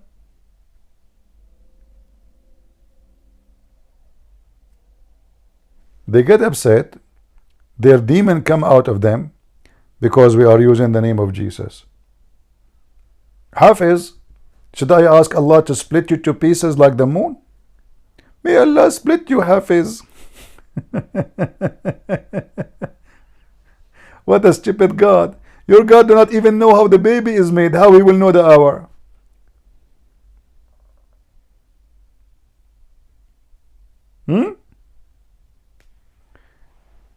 Dawah gang, how are you doing, Dawah gang? Go ahead.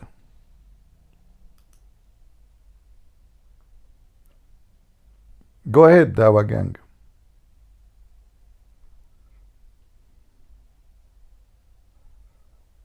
Are you there? Okay, Dawah gang simply is having Islamic masturbation, which is called diarrhea.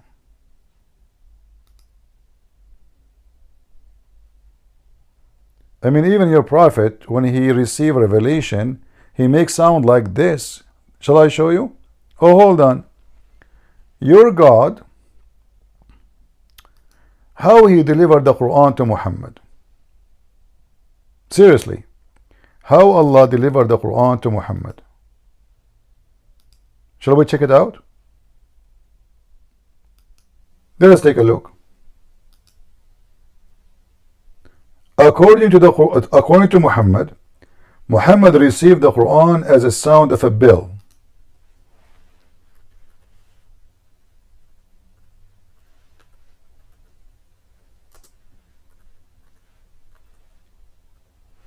No. This is your religion. Read and love. So if Muhammad he received Quran as a sound of a bell, how the Quran become an Arabic? Any Muslim can tell us? And what make it more funny, Muhammad he said many times that the bell is the sound instrument or the music instrument of shaitan. Is that right? Muslims, is that right that your prophet said that the bell is the music instrument of shaitan? Or a Christian prince is making things up? How the music instrument of shaitan is the bell? How Muhammad he says angels will not even enter a house have a sound of a bell, and then he himself he received Quran as a sound of a bell. Any Muhammadan?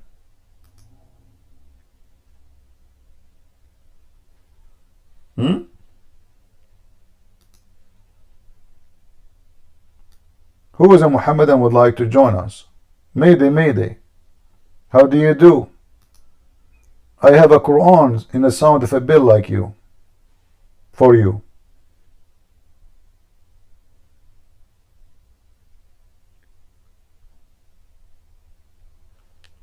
Angels of Islam will not enter a house, have a bell, or a dog, or an image supposedly. Muhammad have a phobia from the bell. Why? Because the Christian, they use it for the church.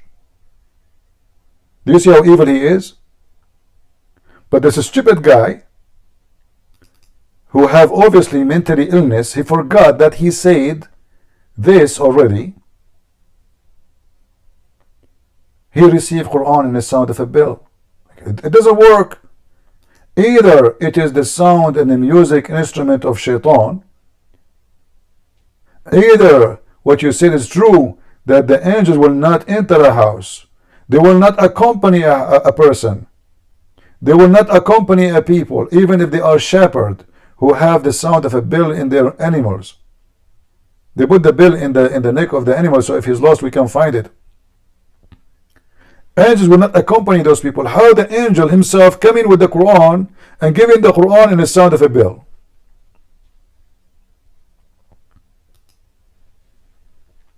Who is the stupid here? I tell you, Muhammad. You can get angry, you can get upset. We love. You can call names, you can curse us. We love. Any Muhammadan?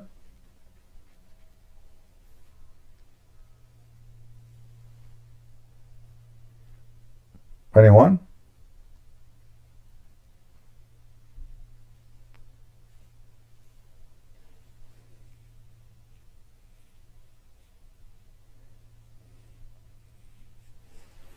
You see, this is why you should not go to any Muslim program or chat rooms, because this is how filthy their language is as soon you disagree with them.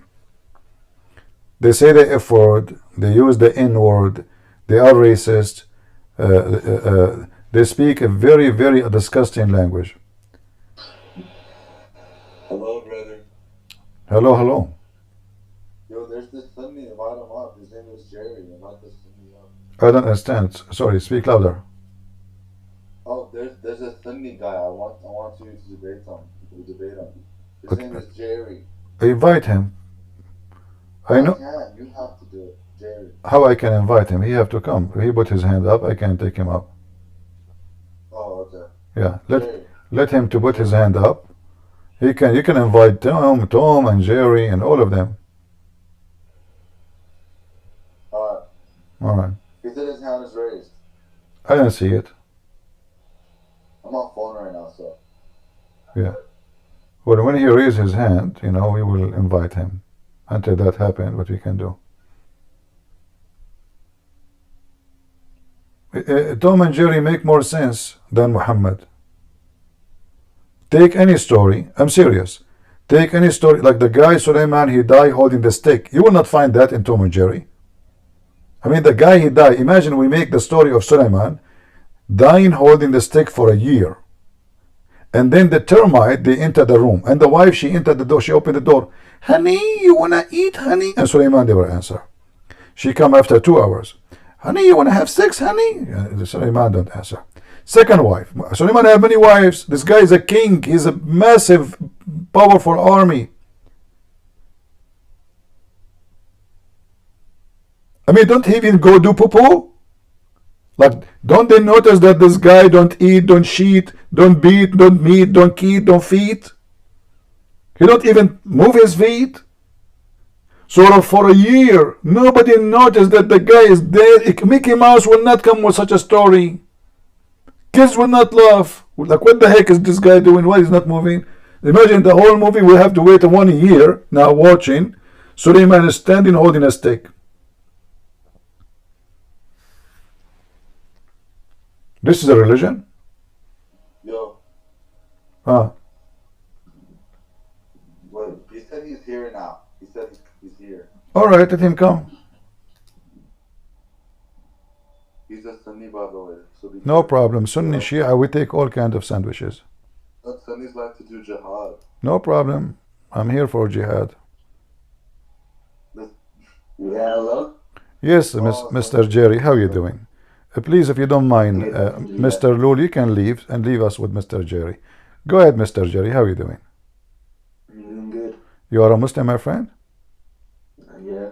What do you like to tell us about Islam? I like to convert to Islam, but nobody was able to convince me. Why do you want to convert to Islam? I like women. Like women? Oh, you should stay in Christianity then. No, in Islam I can have 4 wives in the same time, and if I am prophet I can have at least 13 in the same time. In Christianity I can have only 1. So is having 4 wives immoral? I just told you I like it. What's wrong? Did I say it's immoral? I'm saying it is immoral. I did not say it. You asked me why you want to be a Muslim. I told you why. I said I like to have many wives. That's all. I did not say anything about immoral. But is it moral that a Muslim he can have only 4, but the Prophet he can have unlimited? Why your Prophet can have unlimited number of women? Isn't he a Muslim like the rest? You only have 4 women at a time. No, your Prophet he have, according to you Muslim, 13 wives. He had 11 wives. 11, no 13. Yeah, I can name all of them to you. 13. I can right now show you in the screen that your Prophet have 13 wives. Show me. All right, let us see. How many wives Prophet Muhammad he have? Here we go. And we will not show anyone except Muslim website. Let us see. Give me a second. How many wives Prophet Muhammad has or had? All right. The wives of Prophet Muhammad. Who are they? Name them. All right. Here we go. Open the link and read. And you have the names of them one by one. Here we go. Open the link and read. Where's the link at? I will post it in the chat.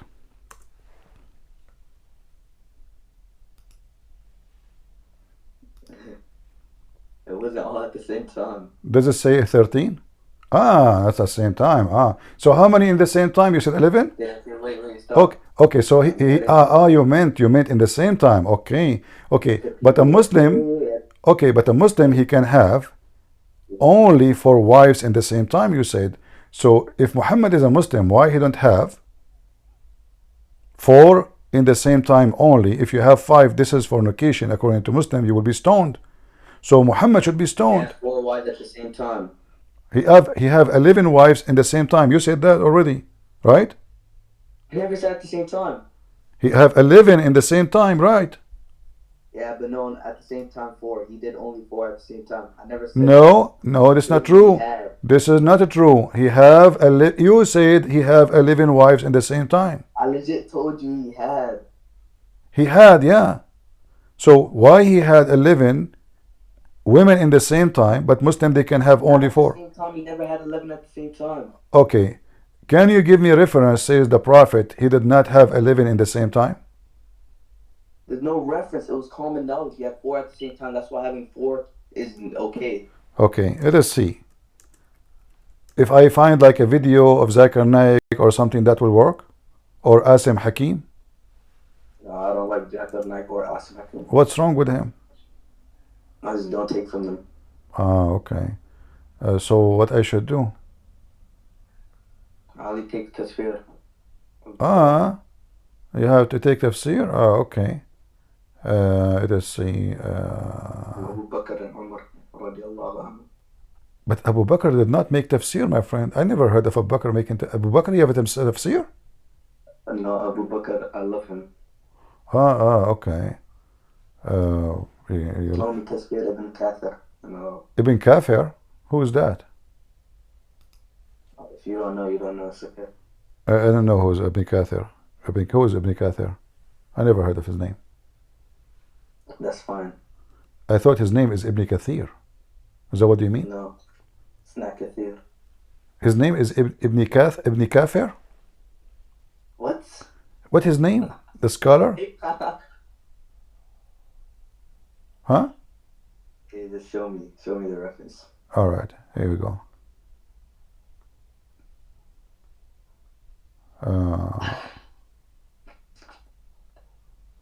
All right, let us go and see if we can.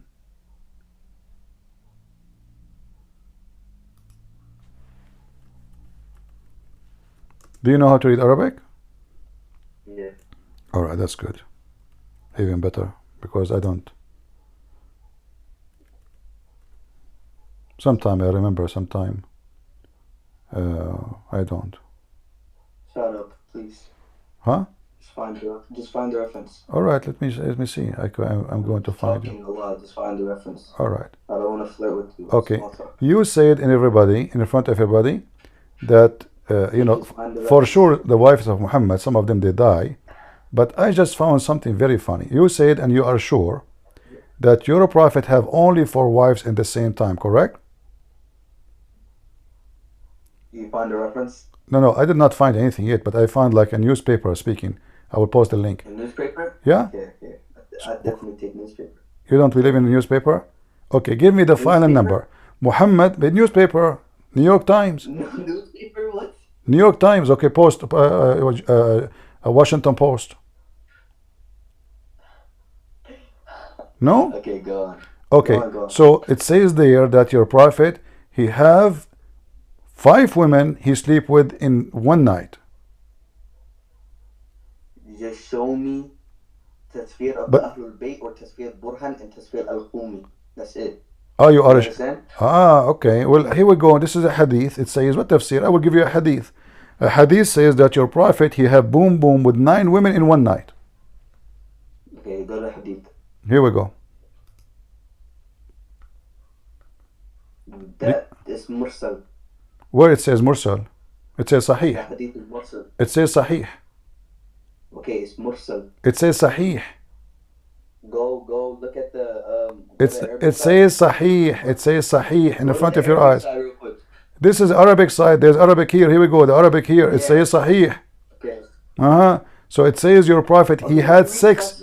He had sex with 9 women in one night. Is that true? Read the Arabic. Read the Arabic. Okay, the Arabic here. Read it. Go ahead.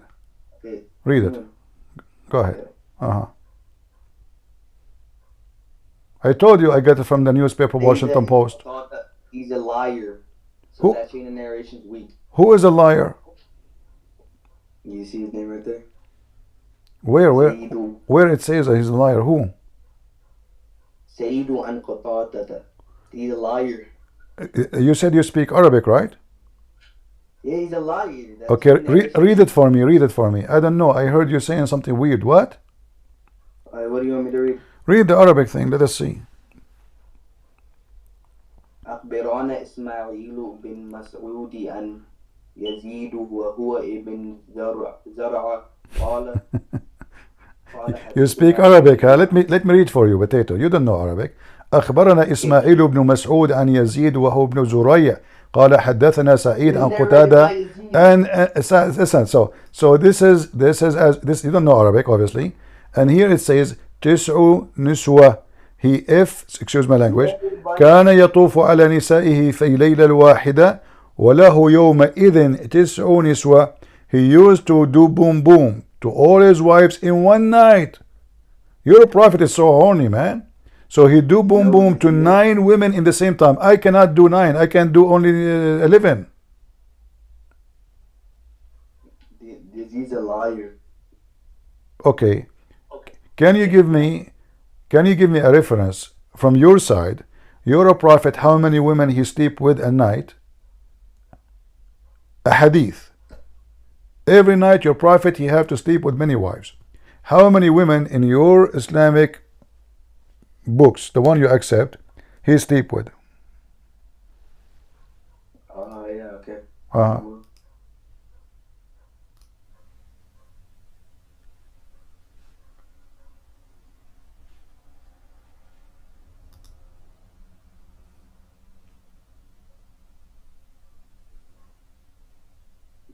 Why are you worried about his sex life? You want him to do a marriage mess-up? No, it's not about worrying. I'm talking about if Muhammad is a Muslim, then a Muslim should practice Islam. Muhammad obviously is not Muslim. Muhammad is not a Muslim. Muslim, they can have only 4 women. So why Muhammad he have unlimited number? As you see here in this story here, he's having sex with 9 women in one night. in one How night. much wives did Prophet Solomon have? Well, Solomon is not God who told him to have many wives. He's a king. He did as he wished. But here, I'm just but asking, but I'm just asking but you. here, okay, but this is not from God. Did God? No, I'm asking you a question. I'm not trying to argue with you. I'm asking He have 10 millions. No, be realistic. How much do you I have? am being realistic. Who cares? So he was not doing the command of God. No, I care. I'm just curious. I'm telling you, he is not doing the command of God. Even he did crimes. You know, like as an example, the story of David and Suleiman. They have many. They did many things not right. So we don't say that this is God told him. So your excuse is false. The Quran says a Muslim can have only 4. That said, God told him have sex with 9 wives. This is Sahih Hadith. So God told him do that. Well, the Quran, don't you have a Quran? Don't you have the Quran? According to the Quran, all Muslims, women, they are lawful for Muhammad to sleep with them. Do you want me to show you? But you take after them. This is Tariq. When I take a hadith, you have to look at the narrative, the shame behind It says Sahih. It says Sahih. So are you saying everything that says Sahih is Sahih hadith? So why you call Sahih mean authentic? So why you call it authentic if it's wrong? It has a liar in the chains that narrated. Is it still Sahih? Yes, because then it's not going to be called Sahih. If there is, you see, the second you say Sahih, that means everything about it is right. So there's no lie in the chain. Okay, tell me where is the problem in the chain? What did they say here? Anything about the chain of narration? Nothing. It says Sahih. He's a liar, Yazid. He's a liar. Okay, listen. Okay, you don't have to agree with me. Did Muhammad practice Islam? Of course. Okay, you as a Muslim, you have to do circumcision, right? Mm-hmm. Did Muhammad do circumcision? No. Why? No. Why? No, he didn't. Why he did not? Because he just didn't. Huh? But I thought you cannot be a Muslim without circumcision. Why are you asking questions after questions? Look, because we are trying to find out if Muhammad is a. You refuse to give me a reference. I gave you a reference. I prove you wrong. And now I'm asking you, if Muhammad is a prophet of Allah, and Allah he asked the Muslim to do circumcision, so why Muhammad did not circumcise himself? Is it farad for a 50? Yes, yes, it is. I have my grandfather. He used even the ads to do, like he put his thing on the table. He went to the shop. He asked his wife. He's 85 years old. My grandfather. He went to the shop. He put his thing. It's big. It's very big. He put it in the table. This guy's weird. Huh?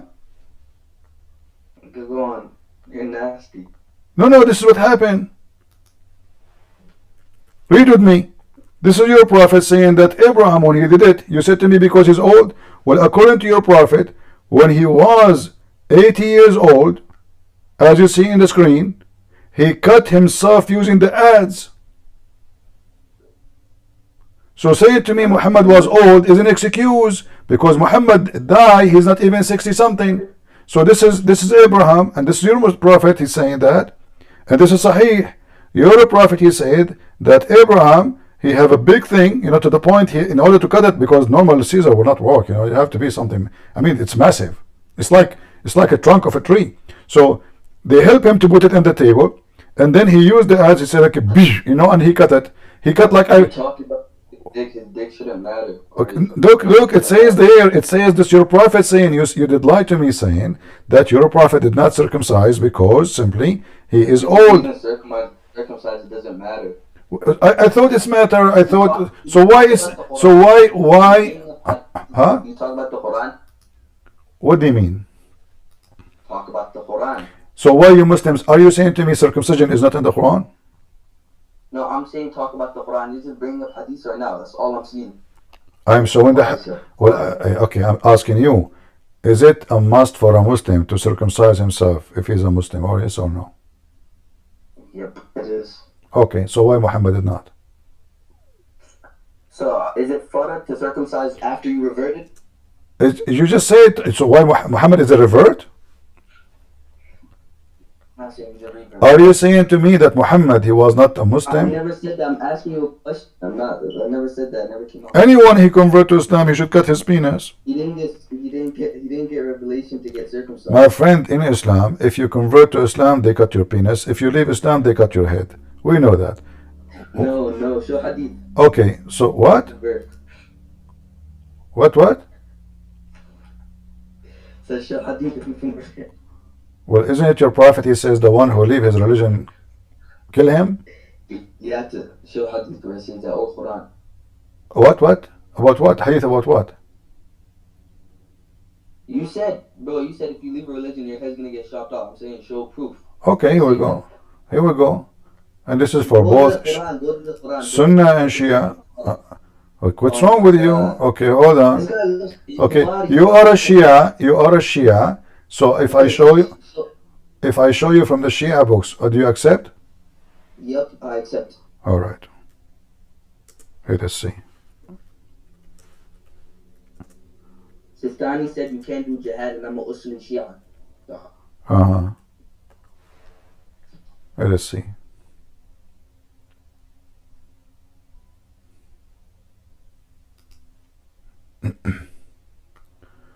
All right. Even your Ali, he burned people alive. Not only he killed them. You didn't show proof. You want to see proof? Sunni books. Okay, here we go. You showed Sunni books the whole time. I was letting you. I will show you Shia and Sunni. Hold on, give me. First, let me show you from here. Show me Shia. Wallahi, I don't care about Sunni at all. Not one bit. Are you saying the Sunni are liars? All Sunnis are liars in my eyes. Just show me Shia hadith. Oh, okay. So this is here. You see your Ali, your God. Yes, he burned people alive. Okay. Let us go and find you. Okay. Open for me. This is your Muslim website. Let me show it to everybody. And I will give you the link yourself so you can read it. It's in Arabic. You claim this is Shia. All the hate is Shia. Even there's many way of killing them. One of it is to step, like hundreds of people, they will step on him with their feet. Read it. Killing by walking on them on the feet. Let me use Google translation.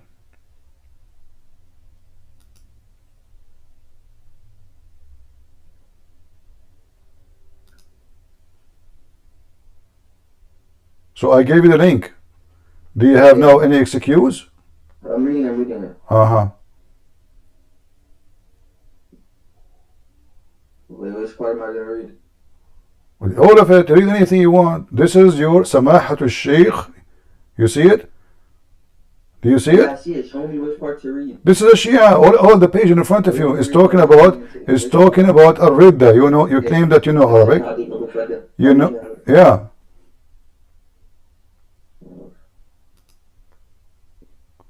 By the feet, by the sword. Do you see it? Defensive jihad, if the shrines are getting destroyed, then yes, and that's the narration of the Ahlul Bayt alayhi salam. Defensive jihad is fine, defending yourself is fine. But what defensive? This is about Ridda. The Imam alayhi salam told us to sit at our homes and not fight until Al-Qaim AJ rises. That's the order from them. What are you reading? I don't have to take a hadith that goes against Ahlul Bayt alayhi salam. This is Hadith Ahlul Bayt. It says here the punishment for leaving Islam, Ar-Ridda. No, it isn't. It is. No, it isn't. The punishment for apostasy. Guys, do you see it? Let me zoom in. Everybody will laugh at you. It says here the punishment for apostasy. No, this is the hadith. They show you the hadith. They show you the reference. Here we go. There's the name of the book. Al-Kafi, volume number 3, page number 152. At-Tahdhib, chapter 10, verse number 137.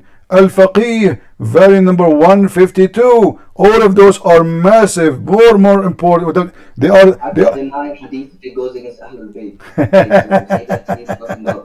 Okay, so now let's go back to zero. I get you busted in many things. Now, as long you are a Shia, is it true that you're Shia? Show the spirit of Ahlul Bayt in the Quran, though. You just keep bringing hadith. Show the Quran. Well, you said to me, give me the book of Shia. You said to me, give me the book of the Shia. Can you show me Tazkir? You want me to send a link for you to look? What is Al-Kafi? Can you tell me what is Al-Kafi? Al-Kafi is a hadith book for Shias. Okay, so is it the most important book of the Muslim Sunni, Shia? The Quran is. You Shia don't believe in the Quran. You Shia, you say the Quran is corrupt. What? Yes, No, the Shia. Usli. You're what? There's two different sects. The Akhbaris believe the Quran is corrupted. Uslis believe the Quran is preserved. Okay, the Quran is preserved. That's a good thing. All right, let's go. Let's find something else, guys. He's asking for more. Okay. Read the. I'm just saying, go to the Tasbih of Ahmed Bayt in the Quran. Okay. Show me anything you want from there. Okay, hold on.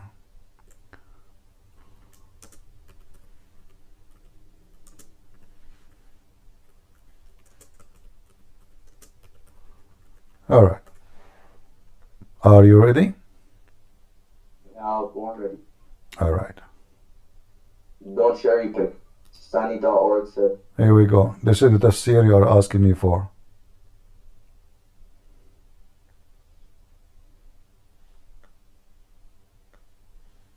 We shouldn't do jihad without the Imam's permission. We must stay at our home. What jihad? All right. All right. Open this link here for me and read for me. Yes, in the link. All right. And now don't tell me you don't accept it. And this is the Quran there, and this is the interpretation for the verse. Okay, send me the hadith. Is it Shia Tasbih? Yes, yes. That is not tasfir, tafsir. Tasfir mean to send somebody to a different country.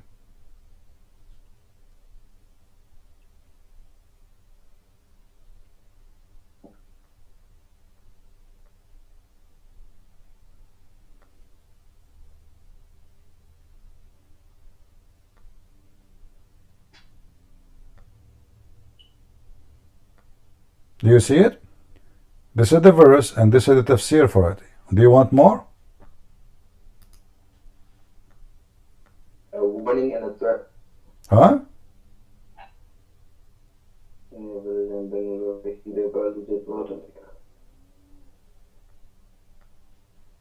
It's saying someone who will leave the religion will lose the world in the hereafter.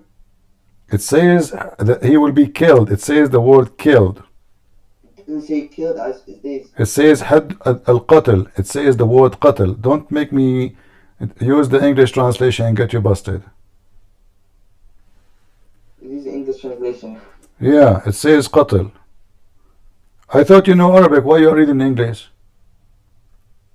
He will be. Where's the killed at? You don't see the word kill?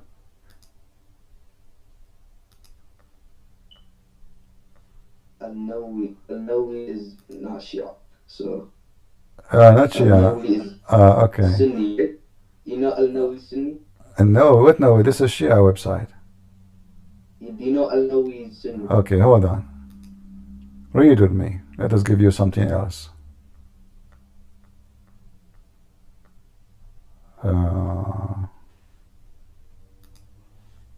We don't get a lot of Shia usually because Shia as a sect, you know, there's tons of them. And let us see.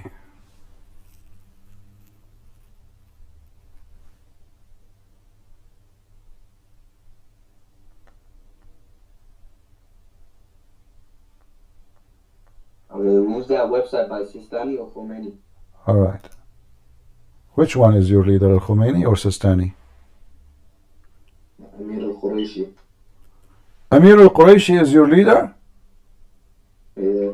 Man, this guy, he keep calling Aisha a whore. I like him. Yeah. If you speak to him, tell him, Christian Prince, he challenge you for a debate. He's gonna beat you so easily. Yeah, he's a potato. He will never dare. Open the link now. You tell me. And now don't tell me it doesn't say that. Here we go. This is an official Shia. Al-Qurayshi is a potato, my friend. I will smash him with one finger. Oh, Amir. Open. Tafsir al-Mizan. Al-Tabatabai. Volume number 12. Page number 238. And now don't tell me it doesn't say. Go down. It says الردة بالقتل. قتل. Okay. So now we have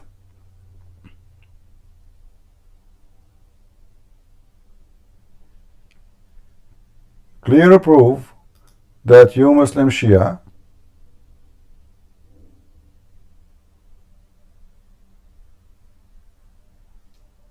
you kill.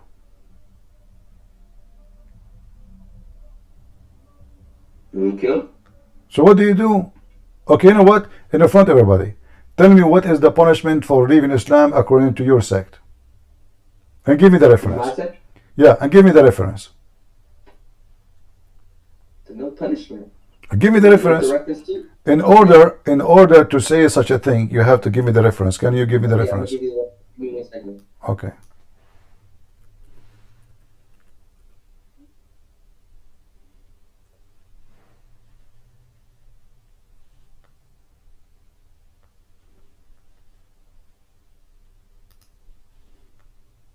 The reference? Okay. I'm gonna just tell you what it is first. In the Sharia law. In what? Death penalty in the Shia Islam. You just told me it's not death. So all this time we are arguing. Huh? It's death penalty in Shia Islam. The death penalty is what I'm saying, but you said to me no. No. You said killing trampling is death penalty. All this time you are arguing with me, asking me to show you reference. I said the one who leaves Islam you kill him. You said no, we don't believe in that. And now you are saying yes. So why are we arguing all this time? What was the point? I'm telling you, but when someone leaves the religion of Islam under the Sharia law, it was rarely easily for someone to get the death penalty. Okay, rarely. Okay. So listen, you said you follow Amir al-Qurayshi. Is it true that Amir al-Qurayshi, he say that Aisha is the one who killed Muhammad? Yeah. Why she killed Muhammad? I don't know. Ask Amir al-Qurayshi. What the heck? His name is Amir al-Qurashi, not Qurayshi, as I know. Qurayshi or Qurashi? Qurayshi. Let me check again. I did not. I challenged him, by the way, in his channel, but the potato did not even dare to answer. They told him, a Christian prince, he's challenging you. He played like he said. He doesn't know you. You know me. All of you Muslim knows me. What are you talking about? Yeah. Let me see how I can find his video. For some reason, YouTube is running. He has a number. You gotta call him. I don't use phone. What? He live in Europe, right? He lives in London. Yeah, so I'm not going to call London. Or Manchester. Do he have a Skype? I can call him with Skype. You have to look at his Telegram on his YouTube channel. Can you give me his Skype? I will call him right now. I don't have his Skype, but you can find it in his Telegram. Find it for me. I don't follow him. Tell me. Give me his Skype right now. Okay, I'm gonna try to find his Skype. All right. And you're gonna call him right now. I can call him right now. I promise you. Okay. All right. Let me find his Skype.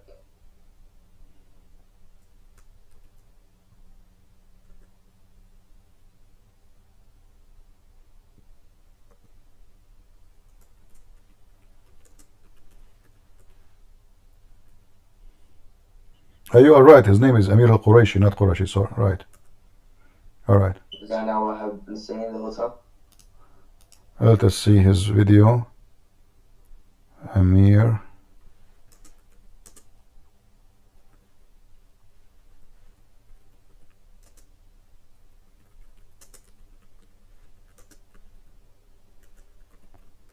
Let me know when you find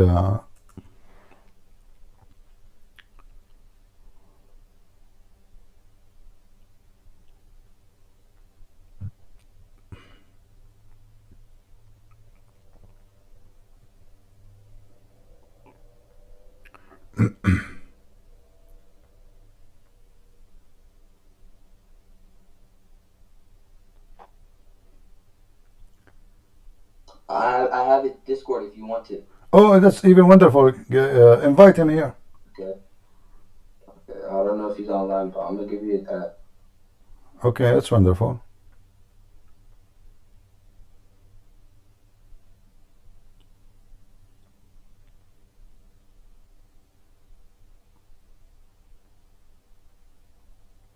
And tell him I will treat him nice. We will speak nice. We will not be rude with him. You know.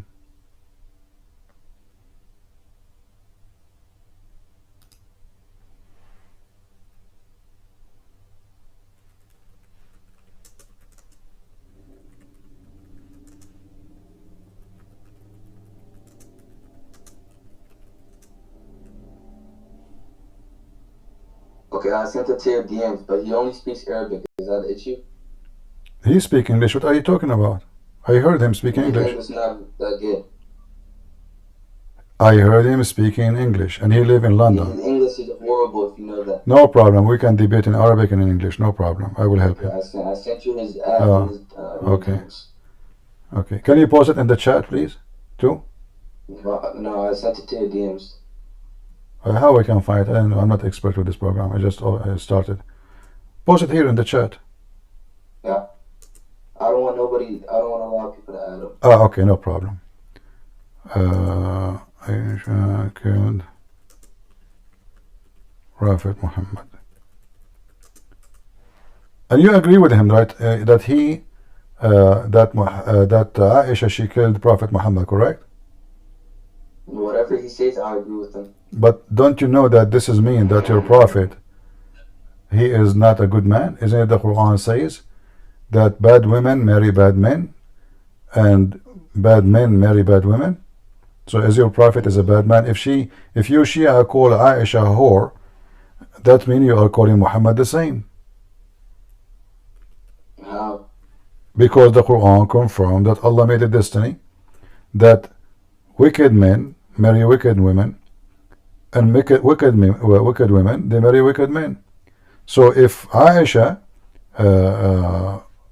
is a wicked, well, Muhammad is wicked.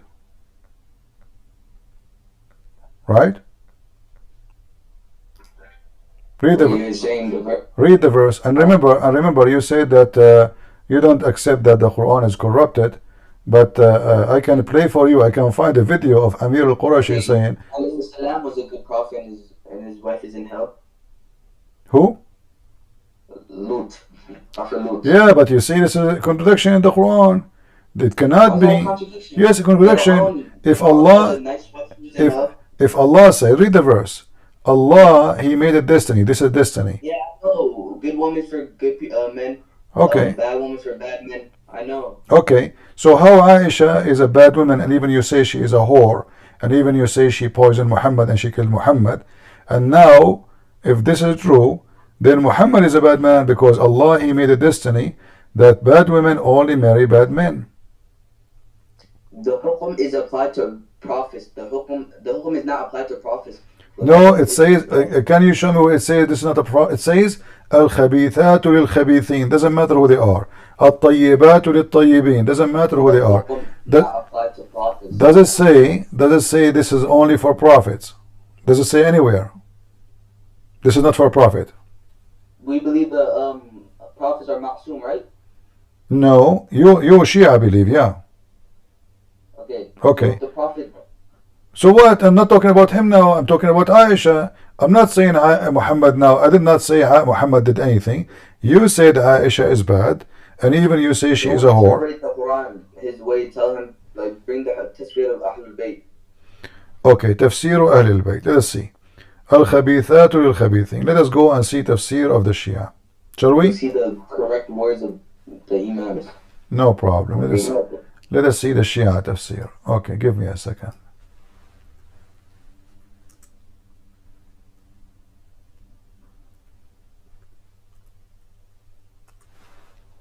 Alright, here we go. Open this one for me and let us see what it says. I just gave you the link. I will post it in the chat. You can use Google Translation. It's in Arabic. That's why you have to use Google Translation.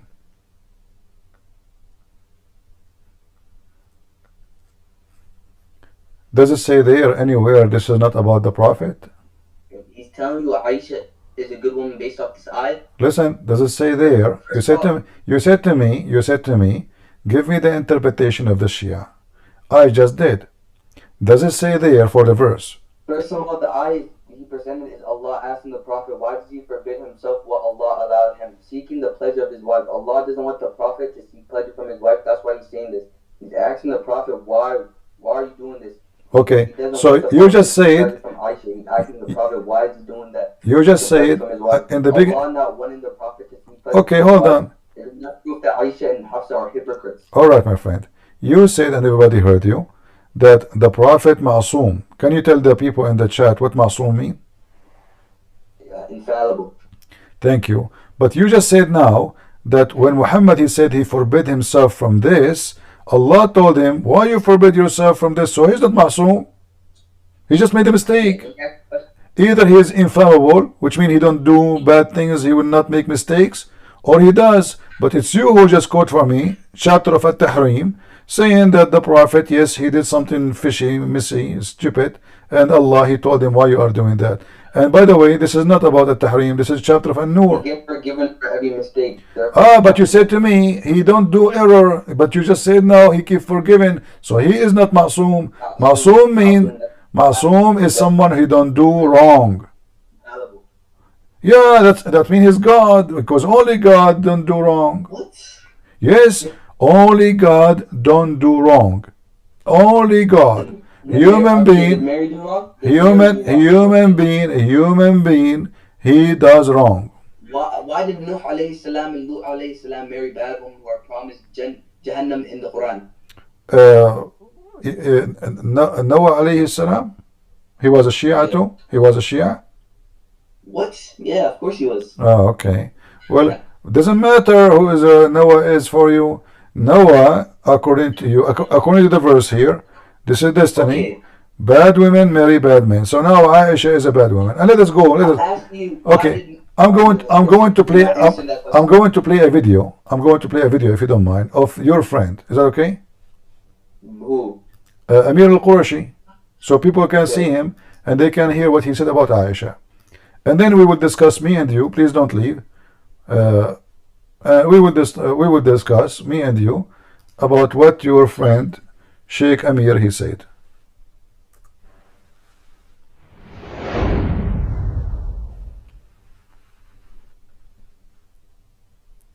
Remember, you said you don't speak English. أعوذ بالله السميع العليم من الشيطان اللعين الرجيم بسم الله الرحمن الرحيم الحمد لله رب العالمين وصلى الله على خير خلقه محمد وأهل بيته الطيبين الطاهرين. All this time he is just praying on Muhammad. This is what the Shia do. They worship Muhammad and his family. Continue. ولعنة الله على أعدائهم أجمعين. And now this is the prayer of the Shia. They start cursing the enemies of the family of Muhammad. This is what they do. Cursing prayer have to start first. إلى قيام يوم الدين. Even today the Muslims know very little. Remember, you said to me you don't speak good English. Thank you very much. Their prophet's history, peace be upon him and his pure family. Therefore, they believe he died a natural death, but in fact, he had been assassinated.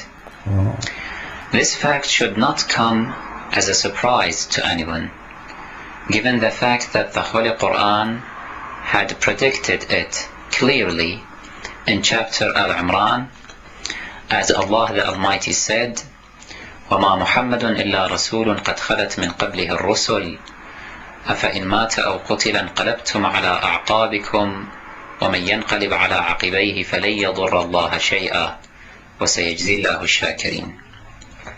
And Muhammad is no more than a messenger. Many were the messengers that passed away before him. If then he died or is killed, will you... Are you there, my friend? He left? Guys, look what he just said. If Muhammad died or killed, is there a third option?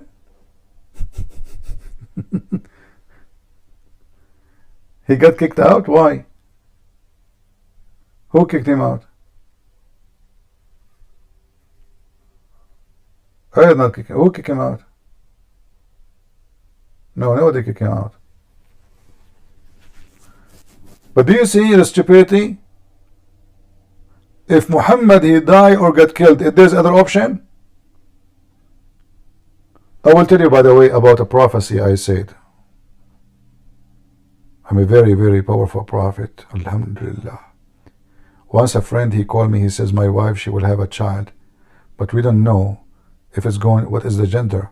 I said to him, and I prophesy, I said, it's going to be either a boy or a girl. He was amazed. He was, what the heck? How you know that? And then he called me a few months after, he says, guess what? I said, what? He said, it was as you said.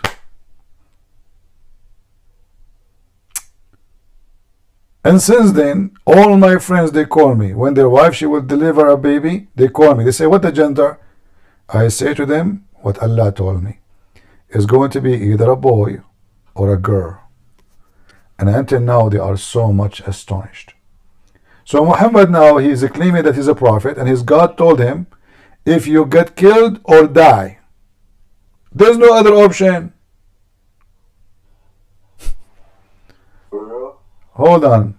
Do you want to say anything, Lul? Do you want to say anything?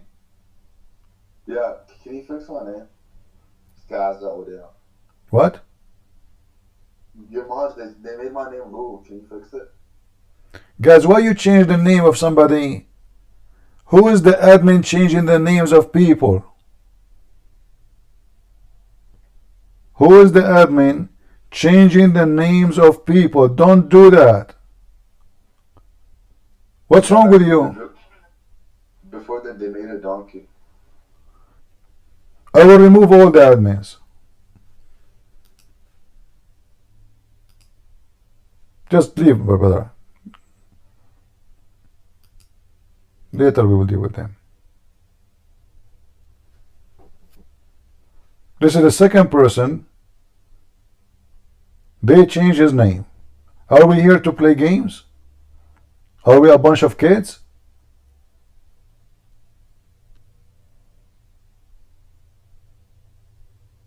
What team? Who is the team?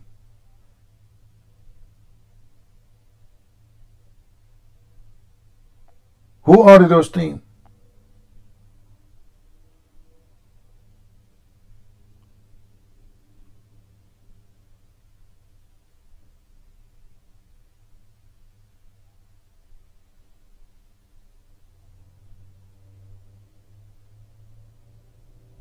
You see how they change our topic, and you know what's wrong with people? Silly stuff. A bunch of kids. Good night.